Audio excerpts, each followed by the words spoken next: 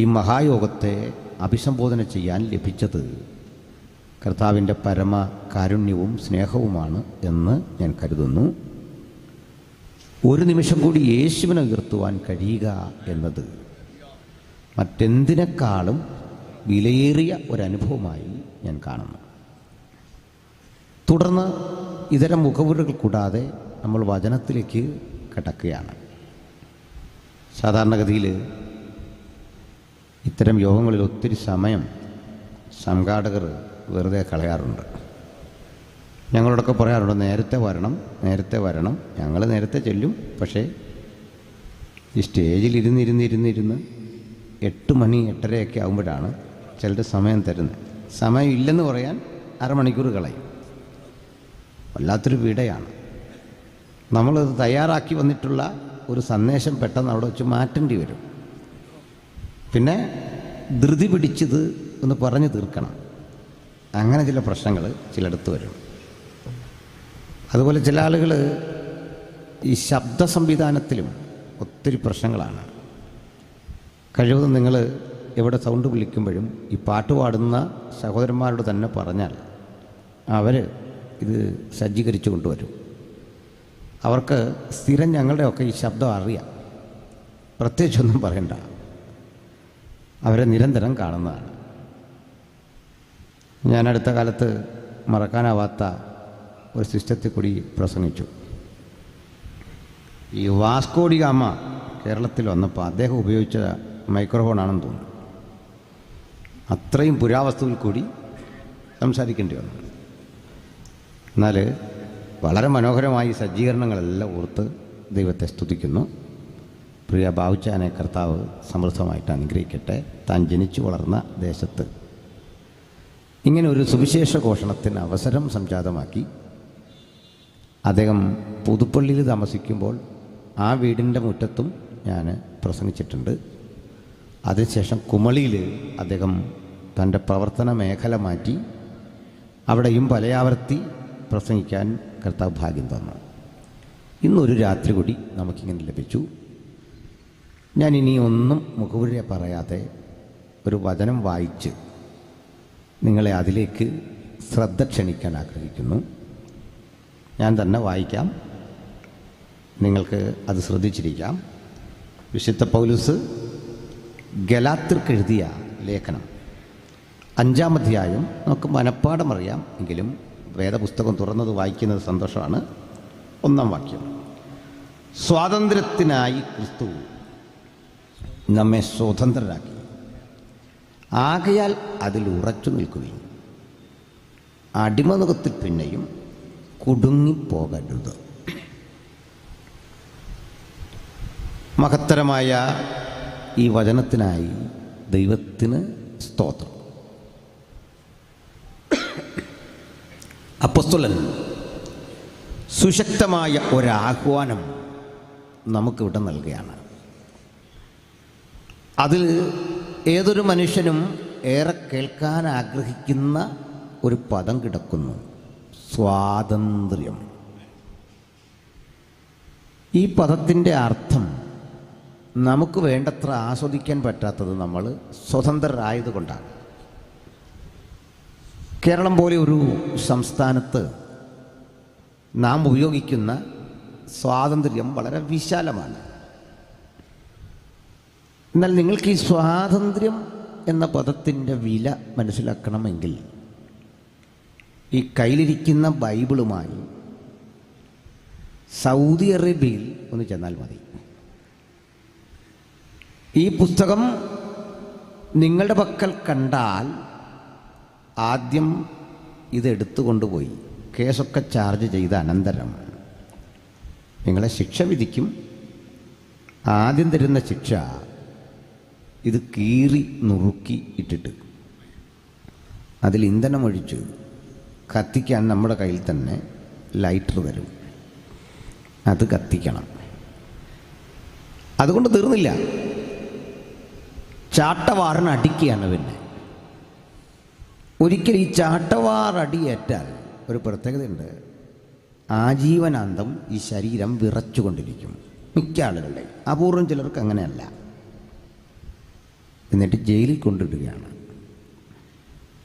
ഇങ്ങനെ അവിടെ കിടന്ന പല മനുഷ്യരുണ്ട്, നമ്മുടെ സുഹൃത്തുക്കൾ.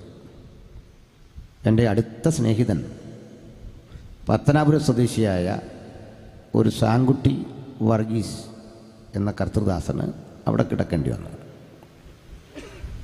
നിങ്ങളും ഞാനും ഒക്കെ അറിയുന്ന കർത്തൃദാസൻ പാസ്റ്റർ രാജു പൂവക്കാലയുടെ അളിയൻ ഇതുപോലെ സൗദി അറേബ്യയിലെ സെല്ലിൽ കിടക്കേണ്ടി വന്നു.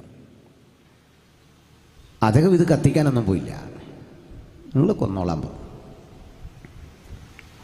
ആ സെല്ലിൻ്റെ പ്രത്യേകത 4 അടി നീളം, 4 അടി വീതി, 4 അടി ഉയരം, അതിനുള്ളിലാണ് കിടക്കുന്നത്. ആ ഇരുട്ടറയിൽ നിന്ന് ഒരു നേരം പുറത്ത് കൊണ്ടുവരും ദിനകൃത്യങ്ങൾക്കൊക്കെ വേണ്ടി. എല്ലാ ദിവസവും അടിയുണ്ട്, എവരി ഡേ. തെറ്റിത്രേ ഉള്ളൂ, ഈ ബൈബിള് കയ്യിൽ കണ്ടു. ഇന്ന് ആ രാജ്യത്തിന് കുറേ മാറ്റമൊക്കെ വന്നു. പുതിയ രാജാവ് വന്ന ശേഷം ഒത്തിരി മാറി. സ്വാതന്ത്ര്യം എന്ന പദത്തിൻ്റെ അർത്ഥം അറിയാൻ ഈ സ്ഥലത്ത് പിന്നെയും ഉദാഹരണങ്ങളുണ്ട്. നിങ്ങൾ ആ രാജ്യത്ത് പാർത്തുകൊണ്ട് എവിടെയെങ്കിലും പ്രാർത്ഥനാ കൂടിവരവോ കൂട്ടായ്മകളോ യോഗങ്ങളോ ഒക്കെ കൂടി എന്നറിഞ്ഞാൽ നിങ്ങളെല്ലാം ജയിലിൽ പോകും. വലിയ പ്രശ്നമാണ്. അന്തിച്ചർച്ചയിലുമൊക്കെ ഇങ്ങനൊരു ചർച്ച വെച്ചാൽ നമ്മുടെ ഇവിടെ കിടന്ന് സ്വാതന്ത്ര്യത്തിന് വേണ്ടി വാദിക്കുന്ന ആളുകളെല്ലാം ഒരേ സ്വരത്തിൽ പറയും, അതൊരു രാജ്യത്തിൻ്റെ നിയമമല്ലേ, അവിടെ ചെന്തിനാണ് ഇത് ചെയ്യുന്നത്. യാതൊരു ആത്മാർത്ഥതയും പിന്നെ അതിലില്ല. അപ്പോഴാണ് ഈ പദം അർത്ഥവത്താകുന്നത്. തിരിച്ച് ഒരു കാര്യം പറയാം. ക്രൈസ്തവ രാജ്യങ്ങൾ എന്ന് പേരുകൊണ്ടെങ്കിലും പറയുന്ന രാജ്യമുണ്ട്. ഈ ക്രൈസ്തവ രാജ്യം എന്നൊരു രാജ്യമില്ല. ക്രൈസ്തവർ ഭൂരിപക്ഷമുള്ള ക്രൈസ്തവമായ ആശയങ്ങൾക്ക് മുൻതൂക്കമുള്ള രാജ്യം അമേരിക്കയോ പോലെയൊക്കെയുള്ള രാജ്യം. നിങ്ങൾ അവിടെ ചെല്ല്, അവിടെ നിങ്ങൾ ബൈബിള് കൊണ്ടുപോയി. അതുകൊണ്ട് പ്രത്യേകിച്ച് നിങ്ങളോട് സ്നേഹമൊന്നുമില്ല. ബൈബിളില്ലേ, സ്നേഹം കൂടും അവർക്ക്. നിങ്ങൾ പ്രാർത്ഥിക്കുന്നില്ലേ, വളരെ സന്തോഷം. നിങ്ങളവിടെ ചെന്ന് നിരീശ്വരനാകാൻ ആഗ്രഹിക്കുന്നു, ഭയങ്കര സന്തോഷം. നിങ്ങൾക്ക് മുസൽമാനാകാം, ഹിന്ദു ആകാം, നിങ്ങൾക്ക് വിശ്വാസം ഉപേക്ഷിക്കാം. നിങ്ങൾക്ക് എന്ത് വിധത്തിലും നിങ്ങളുടെ സ്വാതന്ത്ര്യത്തെ ഈ രാജ്യങ്ങൾ അംഗീകരിക്കുന്നു. മനുഷ്യാവകാശമാണ് അവിടെ പ്രസക്തം. എന്തിനാണ് ഞാൻ ഇത്രയും പറഞ്ഞത്? ഈ സ്വാതന്ത്ര്യം എന്നൊരു പദത്തിലേക്ക് നിങ്ങളുടെ ഏവരുടെയും ചിന്ത ഒന്ന് കൊണ്ടുവരാനും അതിൻ്റെ വിലയൊന്ന് ബോധ്യപ്പെടുത്താനുമാണ്. നമ്മൾ പലതും സൗജന്യമായി ആസ്വദിക്കുന്ന ഇടത്ത് അതിൻ്റെ വില മനസ്സിലാവില്ല. ഉദാഹരണം, നാം ഇവിടെ നല്ല ശുദ്ധവായു ശ്വസിക്കുകയാണ്. ഓക്സിജൻ ശരീരത്തിന് കിട്ടാതെ ശരീരം പ്രതികരിച്ചു തുടങ്ങുമ്പോൾ തൊട്ടടുത്ത ഹോസ്പിറ്റലിൽ കൊണ്ടുവന്ന് നമുക്ക് ഈ ഓക്സിജൻ സംവിധാനം കൃത്രിമമായി ഘടിപ്പിച്ചിട്ട് നമ്മുടെ ജീവൻ പൂർവ്വസ്ഥിതിയിലാക്കാൻ വൈദ്യന്മാർ പണിപ്പെട്ട് ഒടുവിൽ ജീവിതത്തിലേക്ക് മടങ്ങി തിരിച്ചു വരുമ്പോൾ നമുക്ക് സന്തോഷം.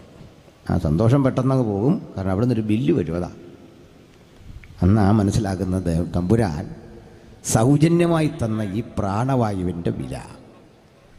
ഹല്ലേലൂയ. ഗൾഫ് രാജ്യങ്ങളിൽ 1 ലിറ്റർ പെട്രോളിനേക്കാൾ വിലയാണ് കുപ്പിയിലടച്ച വെള്ളത്തിന്. മലയാളിക്കതിന് വിലയില്ലാത്തത് ഇത് സമൃദ്ധമായി ആസ്വദിക്കുന്നത് കൊണ്ടാണ്. ദൈവം നമുക്ക് തന്നിട്ടുള്ള എത്രയെത്ര അനുഗ്രഹങ്ങൾ, എത്രയെത്ര ഗുണങ്ങൾ, ഇതിനൊക്കെ പകരം കൊടുത്താൽ ഒരിക്കലും ആ പ്രത്യുപകാരങ്ങൾ നമുക്ക് കൊടുത്തു തീർക്കാനാവില്ല. ഇതൊക്കെ നമുക്ക് തന്ന ആ സർവശക്തനോട് നീതി പുലർത്താൻ എല്ലാവർക്കും സാധിക്കട്ടെ എന്ന് ഞാൻ പ്രാർത്ഥിച്ചുകൊണ്ട് ഈ വചനമൊന്ന് വിശദീകരിക്കാൻ സന്നദ്ധനാവുകയാണ്. തിരുവെഴുത്തിലെ മനോഹരമായൊരു വേദഭാഗമാണ് വായിച്ചത്. അത് ഗലാത്യർക്കെഴുതിയ ലേഖനമാണ്. കൊരിന്തിലെ സഭ, എഫെസോസിലെ സഭ, റോമിലെ സഭ എന്നൊക്കെ പറയുമ്പോൾ ഒരു സഭയല്ല ഗലാത്യയിലെ സഭ. ഇതൊന്നിലധികം സഭകളാണ്. തുടക്കത്തിലെ കാണാം ഗലേഷ്യയിലെ സഭകൾക്ക് എഴുതുന്നത്. അടുത്തടുത്ത് നിരവധി ചർച്ചുകളുണ്ട്. ഈ സഭകളെല്ലാം ഒരു പൊതു സ്വഭാവമുള്ളവയാണ്. എന്താണത്? ബഹുമാനായ ബാവുച്ചായൻ ആദ്യം ഒരു വാക്യം വായിച്ചു. അത് ഈ ചിന്തയോടേറെ ചേർന്ന് നിൽക്കുന്നതാണ്. രണ്ടു തരം എലമെൻസുകൾ, രണ്ടു തരം ആളുകൾ, രണ്ട് ഘടകങ്ങൾ ഈ ചർച്ചിലുണ്ട്. ഒന്ന് ജൂതന്മാരാണ്, രണ്ട് യവനന്മാരാണ്, ഗ്രീക്കുകാർ. ഈ രണ്ടു കൂട്ടർക്കും ഒരു പൊതു സ്വഭാവമുണ്ട്. അവർ തങ്ങളുടെ സംസ്കാരത്തിൻ്റെ മേൽക്കോയ്മയിൽ കൂടുതൽ എരിവുള്ളവരാണ്. ഒരു ജൂതൻ പറയും എൻ്റേത് മേത്തരമായൊരു സംസ്കാരമാണ്. ഒരു യവനൻ പറയും അതിനേക്കാൾ ശ്രേഷ്ഠമാണ് എൻ്റെ സംസ്കാരം. അത് തീരെ ചെറുതെന്നൊന്നും പറയാൻ പറ്റില്ല കേട്ടോ, വെറുതെ പറയുന്നൊന്നുമല്ല. എങ്ങനെയെന്ന് ഞാൻ പറയാം. ഈ ജൂതൻ്റെ സംസ്കാരം വളരെ വളരെ പ്രസക്തമാണ്. കാരണം പണ്ട്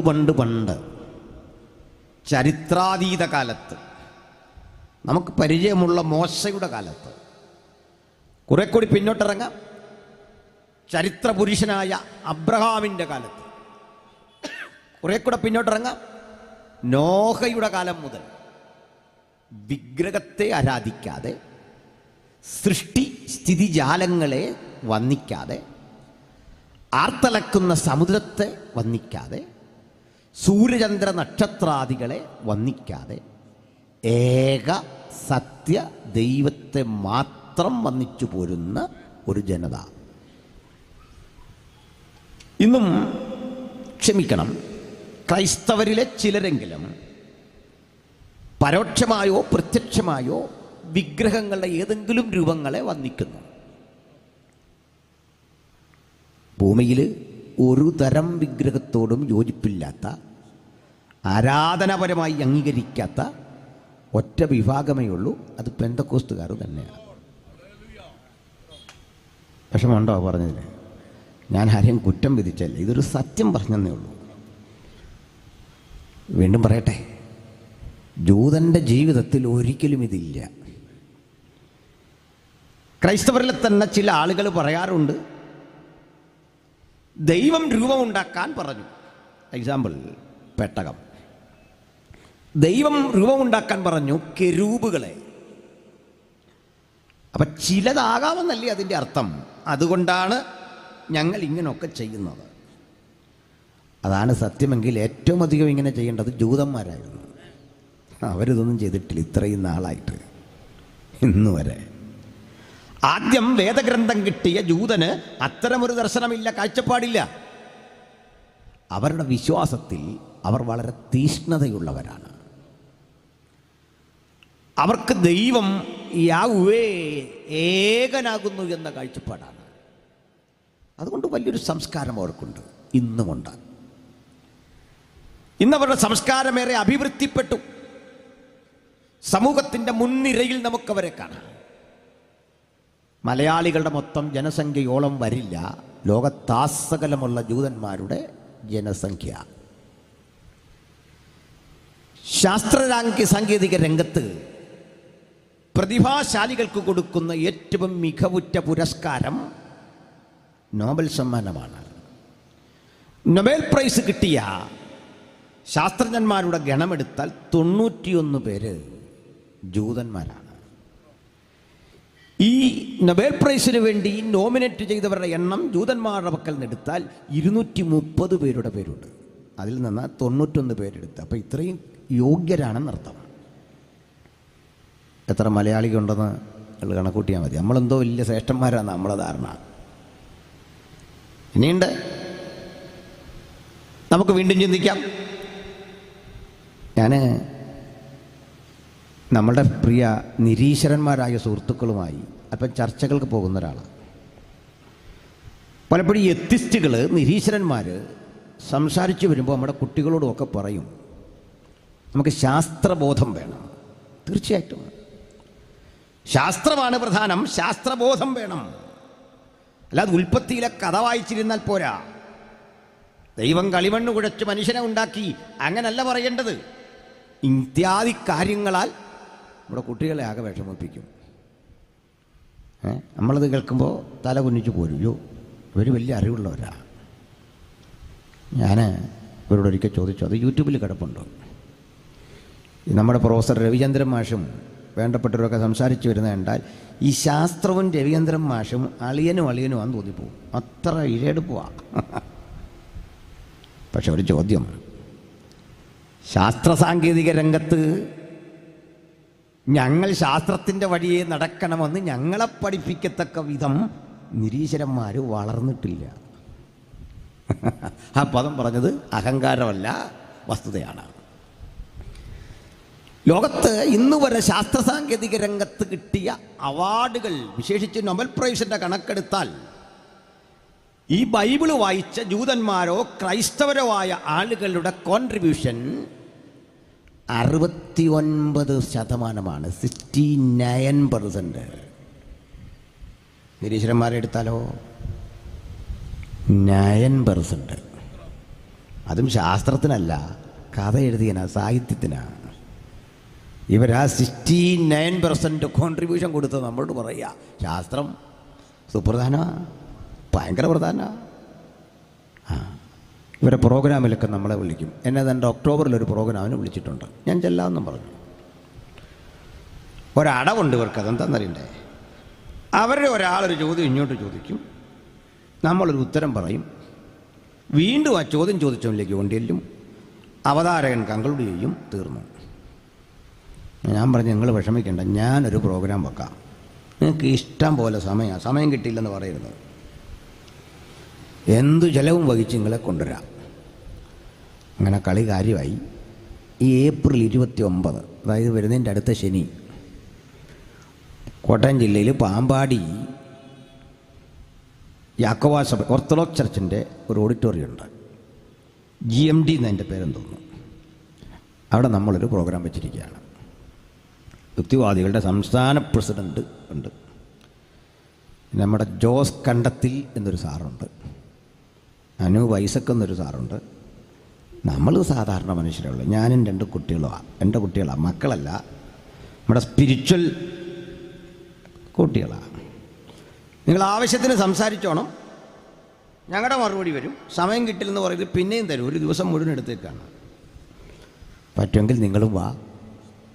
നിങ്ങൾക്ക് പറ്റുന്നില്ലേ, കുട്ടികളെ അയക്കണം. PYPയുടെയും ക്രൈസ്റ്റ് അംബാസിഡറിൻ്റെയൊക്കെ CAയുടെ YPയുടെ ഒക്കെ കുട്ടികളെ അയക്കണം, നിർബന്ധമാണ്. അപ്പോൾ ഏതായാലും പോട്ടെ. ജൂതന്മാർ പണ്ടേ ഇത്തരത്തിൽ ഉയർന്ന ചിന്താധാരയുള്ളവരാ. അതാ ജൂതൻ. ഇനി യവനനെ എടുത്താലോ, യവനൻ അതൊരു മലയാള പദമാണ്. യവനൻ എന്ന മലയാള പദം ഉണ്ടാക്കിയത് ഈ ഗ്രീക്കുകാരെ റോമക്കാർ വിളിച്ചൊരു പേരിൽ നിന്നാണ്. റോമക്കാർ ഗ്രീക്കുകാരെ വിളിച്ചൊരു പേരാണ് ആയോണിയന്മാർ. എങ്ങനെ? ആയോണിയം അർത്ഥം നഗരം, നഗരത്തിലുള്ളവർ, പരിഷ്കാരികൾ, സിവിലൈസ്ഡ്. ഈ ആയോണിയൻ മലയാളീകരിച്ചതാണ് യവനൻ. ഹിന്ദി യുനാനി എന്ന് പറയും. ബോർഡൊക്കെ ഉണ്ട്, യുനാനി ചികിത്സ, ഗ്രീക്ക് ചികിത്സ. പഴയ ആറ്റുമരുന്നും നീറ്റുമരുന്നും ഒക്കെ ഉള്ള ചികിത്സ. അപ്പോൾ ഗ്രീക്കുകാർ 2-3 വിഷയങ്ങൾക്ക് പ്രാധാന്യം കൊടുത്തു. ഒന്ന്, ഗ്രീക്കുകാർ ഗണിത പഠനത്തിന് പ്രാധാന്യം കൊടുത്തു. 2, ഗ്രീക്കുകാർ തത്വചിന്തയ്ക്ക് പ്രാധാന്യം കൊടുത്തു. 3, ഗ്രീക്കുകാർ വൈദ്യശാസ്ത്രത്തിന് പ്രാധാന്യം കൊടുത്തു. ചികിത്സ, ബുദ്ധിപരമായ അന്വേഷണങ്ങൾക്ക് പ്രാധാന്യം കൊടുത്തു. കുട്ടികൾ പഠിക്കുന്ന 2πr-ഉം πr² സൈൻ തീറ്റയും കോസ് തീറ്റയും ടാൻ തീറ്റയും എല്ലാം വന്നത് അവിടുന്ന്. ഗ്രീക്കുകാർ കൊടുത്ത. ഗ്രീസാണ് ഗണിത തത്വശാസ്ത്രത്തിൻ്റെ ഏറ്റവും ശക്തിമത്തായ ഇടം. ചില ആൾ പറയും ഇതൊക്കെ ഇന്ത്യയിൽ നിന്ന് ആരാണ്ട് അപകരിച്ച് കൊണ്ടുപോയിട്ട് അവിടുന്ന് തിരിച്ചു വന്നാന്നൊക്കെ ഇപ്പോൾ പറയുന്നത്. പക്ഷേ ഇന്ത്യയിൽ ശാസ്ത്രജ്ഞന്മാർ, ലോകമറിയുന്ന ശാസ്ത്രജ്ഞന്മാരുണ്ടായത് സ്വാതന്ത്ര്യം കിട്ടുന്നതിൻ്റെ തൊട്ട് മുമ്പിലും തൊട്ട് ശേഷമാണ്. അതിന് മുമ്പൊന്നുമില്ല. ശ്രമങ്ങളുണ്ട് കേട്ടോ. CV രാമനുമൊക്കെ അപ്പോഴാണ്. EC ജോർജ് സുദർശനുമൊക്കെ സ്വാതന്ത്ര്യം കിട്ടിക്കഴിഞ്ഞ ലോകനിലവാരമുള്ള സയൻറ്റിസ്റ്റുകൾ ഇന്ത്യയിൽ ഉൽപ്പാദിതമായത് സ്വാതന്ത്ര്യത്തിന് തൊട്ട് മുമ്പോ ശേഷമാണ്. അല്ലെങ്കിൽ പറയട്ടെ, എന്തായിരുന്നു ഇന്ത്യയുടെ പൗരാണിക കാലത്ത് ഇന്ത്യയിൽ ശാസ്ത്രം വികസിച്ചത്? ഒക്കെ കാലം പറഞ്ഞ് ബോധ്യപ്പെടുത്തണം. നമ്മൾ കഥ പറഞ്ഞിട്ടൊന്നും കാര്യമില്ല. അതവിടെ നിൽക്കട്ടെ. അങ്ങനെ ഗവേഷണാത്മകമായി കാര്യങ്ങളെ കാണുന്ന ഗ്രീക്കുകാരൻ യവനായൻ, Pythagoras, സോക്രട്ടസ്, Plato, Aristotle, Diogenes, അലക്സിമാൻഡസ്, Heraclitus, നീ നാടകം, കാവ്യം ഇതൊക്കെ മനോഹരമായി സൃഷ്ടിച്ച ഹോമർ, ഇലിയഡും ഒഡീസിയും ഒക്കെ എഴുതിയ ഹോമർ, ഇവരുടെ നാടാണ് ഗ്രീസ്. ഈ നാട്ടുകാരിൽ ചിലർ ഗലേഷ്യയിലുണ്ടായിരുന്നു. യഹൂദന്മാർ ഗലേഷ്യയിലുണ്ടായിരുന്നു. ഈ രണ്ടു കൂട്ടരും യേശുവിൻ്റെ സുവിശേഷം കേട്ട് അതിൻ്റെ അനുഗാമികളായി ചർച്ചുകളിലെത്തി. സുവിശേഷത്തിൻ്റെ ശരിയായ വ്യാഖ്യാനവും ഉള്ളടക്കവും ഗ്രഹിച്ചു വന്ന ഇവര് കാലക്രമേണ ഇവരുടെ ചിന്തകൾ കൂടി ഇതിനുള്ളിലേക്ക് മിക്സ് ചെയ്യാൻ തുടങ്ങി. വിശേഷിച്ച് ജൂതന്മാർ. അവർ പരിച്ഛേദനയെപ്പറ്റി പഠിപ്പിച്ചു, കർമാചാരങ്ങളെപ്പറ്റി പഠിപ്പിച്ചു, അനുഷ്ഠാനങ്ങളെപ്പറ്റി പഠിപ്പിച്ചു. ഗ്രീക്കുകാർ ഉയർന്ന തത്വചിന്തയെക്കുറിച്ച് പഠിപ്പിച്ചു. അവ നിരാകരിക്കത്തക്കതല്ല എന്ന് വാദിച്ചു. ഈ വാദപ്രതിവാദം മുറ്റി നിൽക്കവേ ഇതിലൊക്കെ ഏതോ ശരിയുണ്ടാകുമോ എന്ന തോന്നൽ സാധാരണ മനുഷ്യരെ സ്വാധീനിച്ചു. മനസ്സിലാകുന്നുണ്ടോ? ഞാൻ ശാന്തമായിട്ട് പറയുന്നു എന്നുള്ള പ്രയാസം സഹോദരിമാർക്കുണ്ടല്ലേ? നമുക്കിതൊരു ഉണർവ്യൂഹമാക്കിയേക്കാം. ഇത് ഉണർവ്യൂഹമാക്കാൻ ഒരുപാടുമില്ല. ഇതേ കാര്യം ഒരു ചെറിയ വൈബ്രേഷനൊക്കെ ഇട്ട് പറഞ്ഞാൽ മതി. പ്രിയമുള്ളവരെ, യവനായിരുന്നു പറഞ്ഞു കളഞ്ഞാൽ അതിൻ്റേതായിരിക്കുന്നതായിട്ടുള്ളതായ അങ്ങനെ പറയണോ? എനിക്കതറിയാം. ഞാനൊരു സഭയൊക്കെ നടത്തുന്ന ആളല്ലേ, എനിക്കറിയാതെ. അങ്ങനെ പറയണോ? അങ്ങനെ പറഞ്ഞാൽ മതി. പിന്നെ ഇതെല്ലാവരും ഒന്ന് മനസ്സിലാക്കട്ടെ. യോഗമല്ലേ, നാട്ടുകാരൊക്കെ കേട്ടാൽ അവർക്ക് പിടിയിട്ടണം. അല്ലേ നിങ്ങൾ ശ്രദ്ധിക്കുന്നില്ലെന്ന് കണ്ടാൽ അതിൻ്റേതായിരിക്കുന്നതായിട്ടുള്ളതായിരിക്കുവാൻ തക്കനിടയായിത്തീർന്നുകൊണ്ടായിരിക്കുന്നതായിട്ടുള്ളതായ നമ്മുടെ ഒരു ശൈലിയുണ്ടല്ലോ, അത് നല്ല ശൈലിയാണ്. അതാ നല്ല ശൈലി. അതോ ഇങ്ങനെ തന്നെ പോയാൽ മതിയോ? മതി.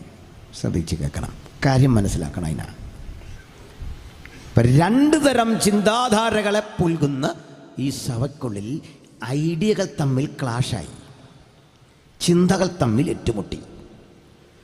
ജൂതബോധത്തിൻ്റെ പാരമ്പര്യത്തിൻ്റെ അനുഷ്ഠാനങ്ങൾ, ശരീരശുദ്ധിക്ക് കൊടുക്കുന്ന പവിത്രതകൾ, ആലയപ്രവേശത്തിന് കൊടുക്കുന്ന സവിശേഷതകൾ, പുരോഹിതന് കൊടുക്കുന്ന സ്ഥാനമാനങ്ങൾ, ഇവയൊക്കെ ക്രൈസ്തവ സഭയിൽ ചർച്ചാവിഷയമായപ്പോൾ മറുവശത്ത് അതുമാത്രം പോരാ, ഗ്രീക്കുകാരൻ്റെ ഉയർന്ന അന്വേഷണ ബോധം, തത്വചിന്താപരമായ അന്വേഷണ വ്യഗ്രത, ഇവയും ചേർന്ന് സഭ ഒരു വലിയ പ്രതിസന്ധി നേരിട്ടു. ഒട്ടേറെ പ്രശ്നങ്ങളാണ്. ഇത് ഞാൻ ചെറുതാ പറഞ്ഞേ. പൗലോസ് അവർക്ക് ലേഖനം വരുമ്പോൾ പറയുക, സംഗതിയൊക്കെ കൊള്ളാം, ഞാൻ ഇനി ചില കാര്യം പറയാം. എന്നിട്ട് തൻ്റെ ആർജവം പറയുക, ഇത് ഞാൻ മനുഷ്യരോട് പഠിച്ചിട്ടില്ല, മനുഷ്യരോട് പ്രാപിച്ചിട്ടില്ല, മനുഷ്യരിൽ നിന്നല്ല, മനുഷ്യരാലുമല്ല, നമ്മുടെ കർത്താവായ യേശുക്രിസ്തുവിനാലും അവരെ മരിച്ചവരുടെ ഇടയിൽ നിന്ന് ഉയർപ്പിച്ച ദൈവപിതാവിനാലും പൗലോസ് എന്ന ഞാൻ ഗലേഷ്യയിലെ സഭകൾക്ക് എഴുതുന്നത്. ഇതാണ് സുവിശേഷത്തിൻ്റെ ശക്തി. ശാസ്ത്രം മരണം വരെയേ നിന്നെ നയിക്കൂ. അന്വേഷണ വ്യഗ്രത മരണം വരെയേ കൂടെ വരൂ. അറിവും പാണ്ഡിത്യവും അന്വേഷണവും സകലതും ആ ശവക്കുഴിക്കുള്ളിൽ അവിടം കൊണ്ട് അവസാനിക്കും. അല്ലെങ്കിൽ ആളിക്കത്തുന്ന താപജ്വാലകൾക്കുള്ളിൽ ഭൗതിക ശരീരം ദഹിപ്പിക്കപ്പെടുന്നതോടെ ഏത് പണ്ഡിതനും ചരിത്രത്തിൻ്റെ ഭാഗമാകും.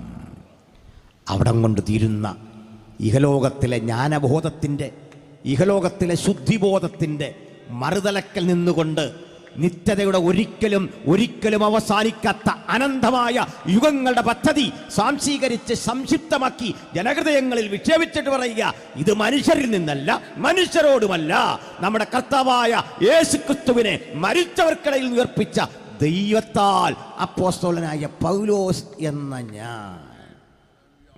അപ്പോൾ എൻ്റെ ഐഡന്റിറ്റി ദൈവത്തിൽ നിന്നാണ്, എൻ്റെ ശബ്ദം ദൈവത്തിൽ നിന്നാണ്, എൻ്റെ ആശയം ഉയരത്തിൽ നിന്നാണ്. ഇതെല്ലാവർക്കും പറയാനാവില്ല. പറയുന്നവൻ തെളിയിച്ചേ പറ്റൂ. ഒരാൾ ദൈവമെന്ന് പറഞ്ഞു എന്ന് വിചാരിക്കുക. ഞങ്ങൾ ആളുകൾ ചോദിക്കുന്നൊരു ചോദ്യം, യേശുക്രിസ്തു എപ്പോഴെങ്കിലും ദൈവം എന്ന് പറഞ്ഞിട്ടുണ്ടോ? നമ്മുടെ മറുചോദ്യം, ഇത് യേശുക്രിസ്തു എന്നല്ല ആരെങ്കിലും ദൈവം എന്ന് പറഞ്ഞാൽ അവർ ദൈവമാകുമോ? ആകോ? എനിക്കങ്ങനെ ആരെങ്കിലും ദൈവമാണ് എന്ന് പറഞ്ഞാൽ ഒരു വിരോധമുള്ള ഒരാളല്ല കേട്ടോ. ഇപ്പോൾ ഇവിടുന്ന് ഒരാൾ പറയാം, ഞാനാണ് ദൈവം. എൻ്റെ വീട്ടിലേക്ക് നാളുകൾക്കപ്പുറത്ത് രാവിലെ ഒരു മനുഷ്യൻ വന്നു. അപ്പം ഞാനീ ദൂരദേശത്തൊക്കെ യോഗം കഴിഞ്ഞ് ഓടി ക്ഷീണിച്ചു വന്ന് കിടക്കുക. അപ്പോൾ ഇച്ചിരി ലേറ്റായി ഉണരാൻ. ഞാൻ വന്ന് ഒരു ചായയൊക്കെ കുടിച്ചിങ്ങനെ പത്രം വായിച്ചിരിക്കുമ്പോൾ ഒരു മനുഷ്യൻ വന്നു. ഞാൻ പറഞ്ഞു വാ. വന്നിട്ട് ചോദിച്ചു, എന്നെ മനസ്സിലായോ? ഞാൻ പറഞ്ഞില്ല. ഇങ്ങോട്ട് നോക്കാൻ പറഞ്ഞു. കൈവെള്ളയെ നോക്കിയപ്പോൾ ഏതോ മുള്ളു കൊണ്ടൊരു പാടുണ്ട്. ചുരുക്കി പറഞ്ഞാൽ പുള്ളി നമ്മുടെ വീണ്ടെടുപ്പുകാരനാണ് വന്നിരിക്കുന്ന പറഞ്ഞു. കാര്യം കേട്ട് എനിക്ക് രോഗം മനസ്സിലായി. അപ്പം ഞാനിതെല്ലാം കേട്ടിട്ട് പുള്ളിയോട് സംവാദത്തിന് പോകേണ്ട കാര്യമില്ലല്ലോ. ഞാൻ പറഞ്ഞാൽ നാട്ടെ ഒരു ചായയൊക്കെ വരുത്തി പുള്ളിക്കും കൊടുത്തു പോകും. അപ്പോൾ ഞാൻ ചോദിച്ചു, അടുത്ത ഞാൻ എന്ത് ചെയ്യണം? ഇനി ഈ സത്യം അതിവേഗത്തിൽ ലോകത്തോട് പറയാൻ പറഞ്ഞു. അപ്പം എൻ്റെ മോളകത്തിരുന്ന് ചിരിക്കുന്നുണ്ട്. ഞാൻ ആർക്കും ഒരു ഉപദ്രവമില്ലാതെ ആ മനുഷ്യനെ പറഞ്ഞു വിട്ടു. ഇല്ല, പുള്ളിയിട്ട് വിഷമിപ്പിക്കേണ്ട കാര്യമില്ല, പുള്ളി ലോകത്തിൻ്റെ വീണ്ടെടുപ്പുകാരനായിക്കോട്ടെ, നമ്മളെങ്ങനെ എതിർക്കുന്നത്? അപ്പോൾ തിരിഞ്ഞു നിന്നിട്ട് എന്നോട് ഒരു കാര്യം കൂടി പറഞ്ഞു, പലരും എന്നെ നിന്ദിച്ചു വിട്ടു, നിങ്ങളൊരാൾ മാത്രമേ എന്നെ ഇങ്ങനെ അക്സെപ്റ്റ് ചെയ്തുള്ളൂ. ഞാൻ പറഞ്ഞു, അല്ലെങ്കിൽ തന്നെ മഹാന്മാരായ ആളുകളെ തിരിച്ചറിയുക ബുദ്ധിമുട്ടുള്ളൊരു കാര്യമല്ലേ. എനിക്ക് എന്നെ കഴിവുണ്ടായിട്ടല്ല, അതൊരു കാരുണ്യം. പോയി വരാൻ പറഞ്ഞു. പോയ പോലെ ഞാൻ വീണ്ടും വരുമെന്ന് പറഞ്ഞു. ഞാൻ പറഞ്ഞു, വരണം, പൊക്കോളാൻ പറഞ്ഞു. അപ്പോൾ ഒരാൾ ദൈവമാണെന്ന് പറഞ്ഞാൽ എനിക്ക് വിരോധമില്ല. ഇനി മസിലടിച്ച് വന്നാൽ നമ്മൾ പറയും ദൈവമാണെന്ന് കാണിക്കും. മനസ്സിലായില്ല?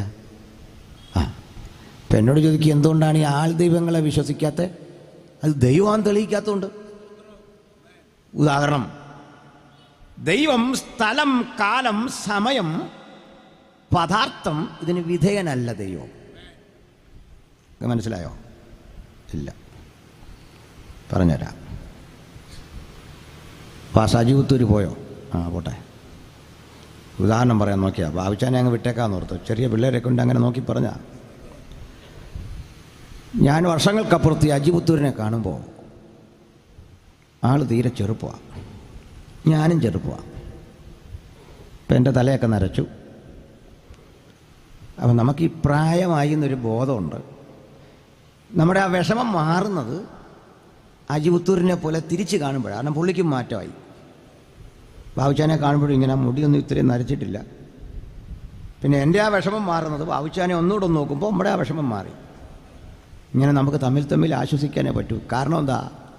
കാലം നമ്മളെ ബാധിക്കുമെന്ന്. സമയം ഇവിടെ വന്ന സമയത്തേക്കാൾ പ്രായം കൂടി നമ്മുടെ. അറിഞ്ഞായിരുന്നോ? ഇരിക്കുന്നു. ഞാനല്ല, ഗ്രീക്ക് തത്വചിന്തകനായ ഹെറാക്ലിറ്റസ് പറഞ്ഞ ഒരു ചിന്തയായത്. ഹെറാക്ലിറ്റസിൻ്റെ ക്ലാസ്സിലിരിക്കുന്നൊരു കുട്ടിയോട് ഹെറാക്ലിറ്റസ് ചോദിച്ചു, ഒരുവൻ ഒരു നദിയിൽ 2 തവണ മുങ്ങാമോ? എല്ലാവരും പറഞ്ഞു മുങ്ങാം. അപ്പോൾ ഹെറാക്ലിറ്റസ് തെളിയിച്ചു കൊടുത്തു, ഇല്ല, മുങ്ങാൻ പറ്റില്ല. കാരണം ഇയാൾ മുങ്ങിപ്പൊങ്ങുമ്പോഴേക്കും നദി ഒഴുകിപ്പോവും. പിന്നെ പുറകെ ഓടിയാൽ കിട്ടത്തില്ല, അത് പോയി. അത് കൊള്ളാലോ. വീണ്ടും അദ്ദേഹം ചോദിച്ചു, ഒരുവനൊരു നദിയിൽ 1 തവണ മുങ്ങാമോ? അത് മുങ്ങാം. ഹെറാക്ലിറ്റസ് പറഞ്ഞു, പറ്റിയല്ല. പറ്റുകയില്ലെന്ന്. എന്തേ കാര്യം?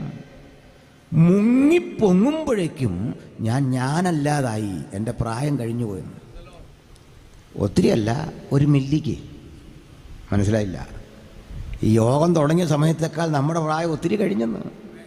ഒരു മില്ലിക്ക് ഓരോ നിമിഷം കൊണ്ട് നമ്മളല്ലാതായി മാറിയെന്ന്. ഇത് പഠിക്കുന്ന ഗ്രീക്കുകാർ. അങ്ങനെ നമ്മൾ ട്യൂട്ടോറിയലിനൊക്കെ മിനർവ എന്ന് പേരിട്ട പണ്ട്. Minerva is the God of education. വിദ്യാഭ്യാസത്തിൻ്റെ ദേവതയാണ് അവർക്ക് മിനർവ. എന്തിനാ പറഞ്ഞേ? ദൈവമാണെന്നൊരാൾ ക്ലെയിം ചെയ്താൽ സ്ഥലം ബാധിക്കരുത്, സമയം ബാധിക്കരുത്, ജരാനരകൾ വരരുത്. പക്ഷേ കിട്ടിയോ? ഒരുപോലെ ഇരിക്കണം ദൈവം, മാറ്റം വരല്ലേ. പക്ഷെ നമ്മൾ ഈ ദൈവം എന്നൊക്കെ പറഞ്ഞ ആൾക്കാർ പാസ്പോർട്ടും ഒക്കെ എടുത്ത് തന്നെയാണ് ദൂരദേശത്തൊക്കെ പോകുന്നത്. അല്ല, അവിടെ ചെന്ന് പ്രത്യക്ഷമാവുകയാണോ? ഐക്യരാഷ്ട്രസഭയിൽ പ്രത്യക്ഷമായിട്ട് നിങ്ങൾക്ക് സമാധാനം ഇങ്ങനെയാണോ? അല്ലെന്ന്. എമിഗ്രേഷൻ ക്ലിയറൻസ് എല്ലാം കഴിഞ്ഞ് മിക്കവാറും SLC പാസ്സല്ല, അതുകൊണ്ട് എമിഗ്രേഷൻ ക്ലിയറൻസ് റിക്വയർഡ് എന്ന് എഴുതിയിട്ടുണ്ട് പാസ്പോർട്ട്. അതുവഴി കയറി പോരണം. SLC പാസ്സാവത്തിൻ്റെ കുറ്റം പറഞ്ഞൊന്നുമല്ല.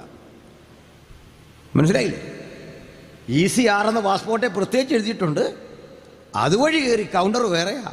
ഇത് അമേരിക്ക പോലുള്ള രാജ്യങ്ങളാണെങ്കിൽ സംഗതി മാറി, UK ഒക്കെ ആണെങ്കിൽ മാറി. ഇവിടെ നമ്മൾ വലിയ ഡിമാൻഡ്, അവിടെ ചെന്ന് നടക്കുകയില്ല. മൻമോഹൻ സിംഗിൻ്റെ കൂടെ തലപ്പാവഴിപ്പിച്ചുകൊണ്ട് നടക്കുകയില്ല. എന്തേ പറഞ്ഞേ? ഇവിടെയാണ് യേശുക്രിസ്തുവിൻ്റെ പ്രസക്തി. അപ്പോൾ യേശുവിന് 33 വയസ്സായില്ലേ? സമയം ബാധിച്ചില്ലേ? ബാധിച്ചു. അതെങ്ങനൊക്കും പറയാം. ശ്രദ്ധിക്കുന്നുണ്ടോ? അപ്പം അങ്ങോട്ട് വരാം. സ്വാതന്ത്ര്യത്തിനായി ക്രിസ്തു നമ്മെ സ്വതന്ത്രരാക്കി. യേശുക്രിസ്തു നമ്മളെ സ്വതന്ത്രരാക്കിയത് എങ്ങനെ? ആ വിഷയമാണ്. നമ്മൾ സ്വാതന്ത്ര്യം എന്ന് കേൾക്കുമ്പോൾ വിശേഷിച്ച് ഈ വാക്യം ഏറ്റവും അധികം വായിക്കുന്ന ആഗസ്റ്റ് 15 നമ്മൾ ഈ റാലിയൊക്കെ ആയിട്ട് പോകുമ്പോഴാണ്. മിക്കവാറും എടുത്തത് കേൾക്കാം. അപ്പോൾ അത് കേൾക്കുകയും ചെയ്യണം, വായിക്കുകയും ചെയ്യണം. നല്ലൊരു കാര്യം. നമ്മളോട് ഈ ആളുകൾ സ്വാതന്ത്ര്യത്തെക്കുറിച്ചും ഇന്ത്യയെക്കുറിച്ചൊക്കെ പറയുമ്പോൾ പറയാറുള്ളൊരു പ്രയോഗമുണ്ട്. 3B: Bible, bayonet, brandy. ഇത് 3 ഇന്ത്യയെ നശിപ്പിച്ചു. ബ്രിട്ടീഷുകാർ കൊണ്ടുവന്നാണ്. കേട്ടിട്ടില്ലേ? ബ്രിട്ടീഷുകാർ ഇന്ത്യക്കാരുടെ പക്കലേക്ക് ബൈബിള് തന്നു, കുടിക്കാൻ ബ്രാൻഡിയും തന്നു. അല്പം കഴിഞ്ഞപ്പോൾ അവൻ ബയണറ്റ് നമ്മുടെ നേരെ പിടിച്ചു, ഇന്ത്യ മുഴുവൻ അവനെടുത്തു. ഇത് നമ്മളുടെ ഈ ബാവുച്ചാനോടൊക്കെ ആരെങ്കിലും പറഞ്ഞാൽ ഏതാണ്ടൊരു അവകാശതാബോധം വന്നിട്ട് നമ്മൾ തലയും കുനിക്കും. കാരണം ഇത് നേരെ ഈ പറഞ്ഞത് കുറേയൊക്കെ ബൈബിൾ കൊടുത്തൊന്നുമില്ല. അവർ ബൈബിളൊക്കെ എന്നാ ഇവിടെ വന്നേ? തലയങ്ങ് കുനിക്കും. നമ്മളെന്തോ കുറ്റം ചെയ്ത പോലെ തല കുനിക്കുക. നിങ്ങളെന്തിനാ തല കുനിക്കുന്നേ? പറയാം. 670 പരം നാട്ടുരാജ്യങ്ങൾ ഇന്ത്യയിലുണ്ടായിരുന്നു പണ്ട്. അതിലേറെ ഉണ്ട്. ഈ 670 പരം നാട്ടുരാജ്യങ്ങൾ ഇന്ത്യയിലുള്ളതിൽ ഒറ്റ രാജ്യമേ ക്രിസ്ത്യാനി ഭരിച്ചിട്ടുള്ളൂ. അതിനും വലിയ തെളിവില്ല, രൂഹം, ചെറിയ കത്തിടപാടൊക്കെ കൊണ്ട് പറയുന്ന. നിങ്ങൾ ആ പേര് പോലും പലരും ഓർക്കുന്നില്ല. അയാളുടെ പേര് വില്ലാർവട്ടം തോമാ രാജാവെന്നായിരുന്നു. കേട്ടപ്പോഴേ ആ ദയനീയത മനസ്സിലായല്ലോ. രാജാവിൻ്റെ പേരെന്താ? വില്ലാർവട്ടം തോമാ രാജാവ്. ഈ കടലിൻ്റെ തീരത്ത് എവിടെയോ ഒരു സ്ഥലം ഭരിച്ചു. 5 തെങ്ങോ ഉടങ്ങാണ്ട് ഭരിച്ചു. ഇത് പോപ്പ് എന്നെഴുതിയൊരു കത്ത് മ്യൂസിയത്തിലുണ്ട്. ക്രിസ്തുവിലെൻ്റെ പ്രിയ സ്നേഹിതനായ വില്ലാർവട്ടം തോമാ രാജാവിന്. ആ കത്താ തെളിവ്. കുറേ തെളിവൊക്കെ ഉണ്ട്. ഇയാൾ ഒഴിച്ചു വേറെ ആരും ക്രൈസ്തവരില്ല. രാജാക്കന്മാർ, കൊച്ചു കൊച്ചു നാട്ടുരാജ്യങ്ങൾ. ഈ ചെറിയ നാട്ടുരാജ്യങ്ങളെന്ന് പറഞ്ഞാൽ നിന്ന് തിരിയാനിടയില്ലാത്ത ചെറിയ ഇടങ്ങളാണ്. ഈ രാജാക്കന്മാരുടെ അവസ്ഥ ഒരല്പം ഗതികേടാണ്. കാരണം അതിൻ്റെ മീതെ ഒരു മെയിൻ രാജാവുണ്ട്. കൊച്ചി രാജാവ്, തിരുവിതാംകൂർ രാജാവ്, അതിൻ്റെ കീഴിലെ ഒരു നാട്ടുരാജ്യം, നാടുവാഴി എന്നൊക്കെ വിളിക്കുക. അതിലും എത്രയോ ശ്രേഷ്ഠമായിട്ട് നമ്മുടെ സഭയുടെ സെൻറ്ററുകൾ പോകുന്നത്. ഞാൻ പലപ്പോഴും ഓർക്കാറുണ്ട്, ഒരു സെൻട്രൽ ഭാഷ പദവി എന്ന് പറഞ്ഞാൽ ഈ നാട്ടുരാജാവിനേക്കാൾ വലുതായിരുന്നു. പോട്ടെ. അപ്പോൾ ഈ നാട്ടുരാജ്യങ്ങൾ തമ്മിലടിയ എന്നും പ്രശ്നമാണ്, എന്നും അടി. ഇങ്ങനെ ഇരിക്കുന്നൊരു ഘട്ടത്തിൽ ബംഗാളിൽ അതിർത്തിയിലൂടെ ലണ്ടനിൽ രജിസ്റ്റർ ചെയ്തൊരു കമ്പനി, ആ കമ്പനി ഇനി വന്നു. സിറാജുദ്ദൗളയെ പരാജയപ്പെടുത്തിക്കൊണ്ട് ഇങ്ങോട്ട് വരിക. അങ്ങനെ വന്ന് ഇന്ത്യയുടെ വടക്ക് കിഴക്കൻ മേഖലകളിൽ മുഴുവൻ സ്വാധീനമുറപ്പിച്ചു. വെടിമരുന്നുണ്ട്, തോക്കുണ്ട്, നല്ല ആയോധന കല, കവാത്ത് പഠിച്ച ചിട്ടയുള്ള പട്ടാളം. അതായിരുന്നു ഈസ്റ്റ് ഇന്ത്യ കമ്പനിയുടെ പ്രത്യേകത. അങ്ങനെ ഇരിക്കെ അടുത്തടുത്ത് കിടക്കുന്ന 2 രാജ്യങ്ങൾ അടിക്കും. അതിൽ തർക്കമോ എന്തെങ്കിലും പറഞ്ഞടിക്കും. ഉദാഹരണം, തിരുവിതാംകൂർ രാജാവും കൊച്ചി രാജാവും കൂടെ അടിക്കുക. അപ്പോൾ നമ്മളും മോശമല്ല, നമുക്ക് ആയുധമൊക്കെ ഉണ്ട്. പക്ഷെ വടിവാള്, കുറുവടി, കത്തി, കടാര, പിന്നെ ഭൂതപ്രേതാദി പിശാചുക്കളുടെ അരികിൽ പോയി അവയെ ഉപയോഗിച്ചുകൊണ്ടുള്ള ശത്രുക്കളെ ഇല്ലായ്മ ചെയ്യുന്ന പൂജാതി കർമ്മങ്ങൾ എല്ലാ വഴിയും നമ്മൾ നോക്കും. ഇതാണ് നമ്മളന്ന്. ഒരു ഭാഗത്ത് ഹോമം, പുക, ദണ്ഡം, പീഡ ഇത് നടക്കുന്നു. ഇപ്പുറത്ത് നല്ല ആയോധന കല, അല്ല ചിട്ടയ്ക്കുള്ള അടിയാണ്. ചുമ്മാ നിന്നുകൊണ്ട് ഈ കുത്തിക്കൊണ്ടുവന്ന പരിപാടിയല്ല. ഇത് നമ്മൾ കണ്ടില്ലേ, ഗജവടിവിൽ അമർന്ന് സിംഹവടിവിൽ നിവർന്ന് എന്നൊക്കെ പറഞ്ഞുള്ള പരിപാടിയാണ്. എല്ലാത്തിലും ഇവർ ഈ അടി നടക്കുന്നതിൻ്റെ മുമ്പ് എതിരാളി ഒന്ന് വണങ്ങും, എന്നിട്ട് അടി. അത്രയും നല്ല അടി ലോകത്ത് എവിടെയുണ്ടോ?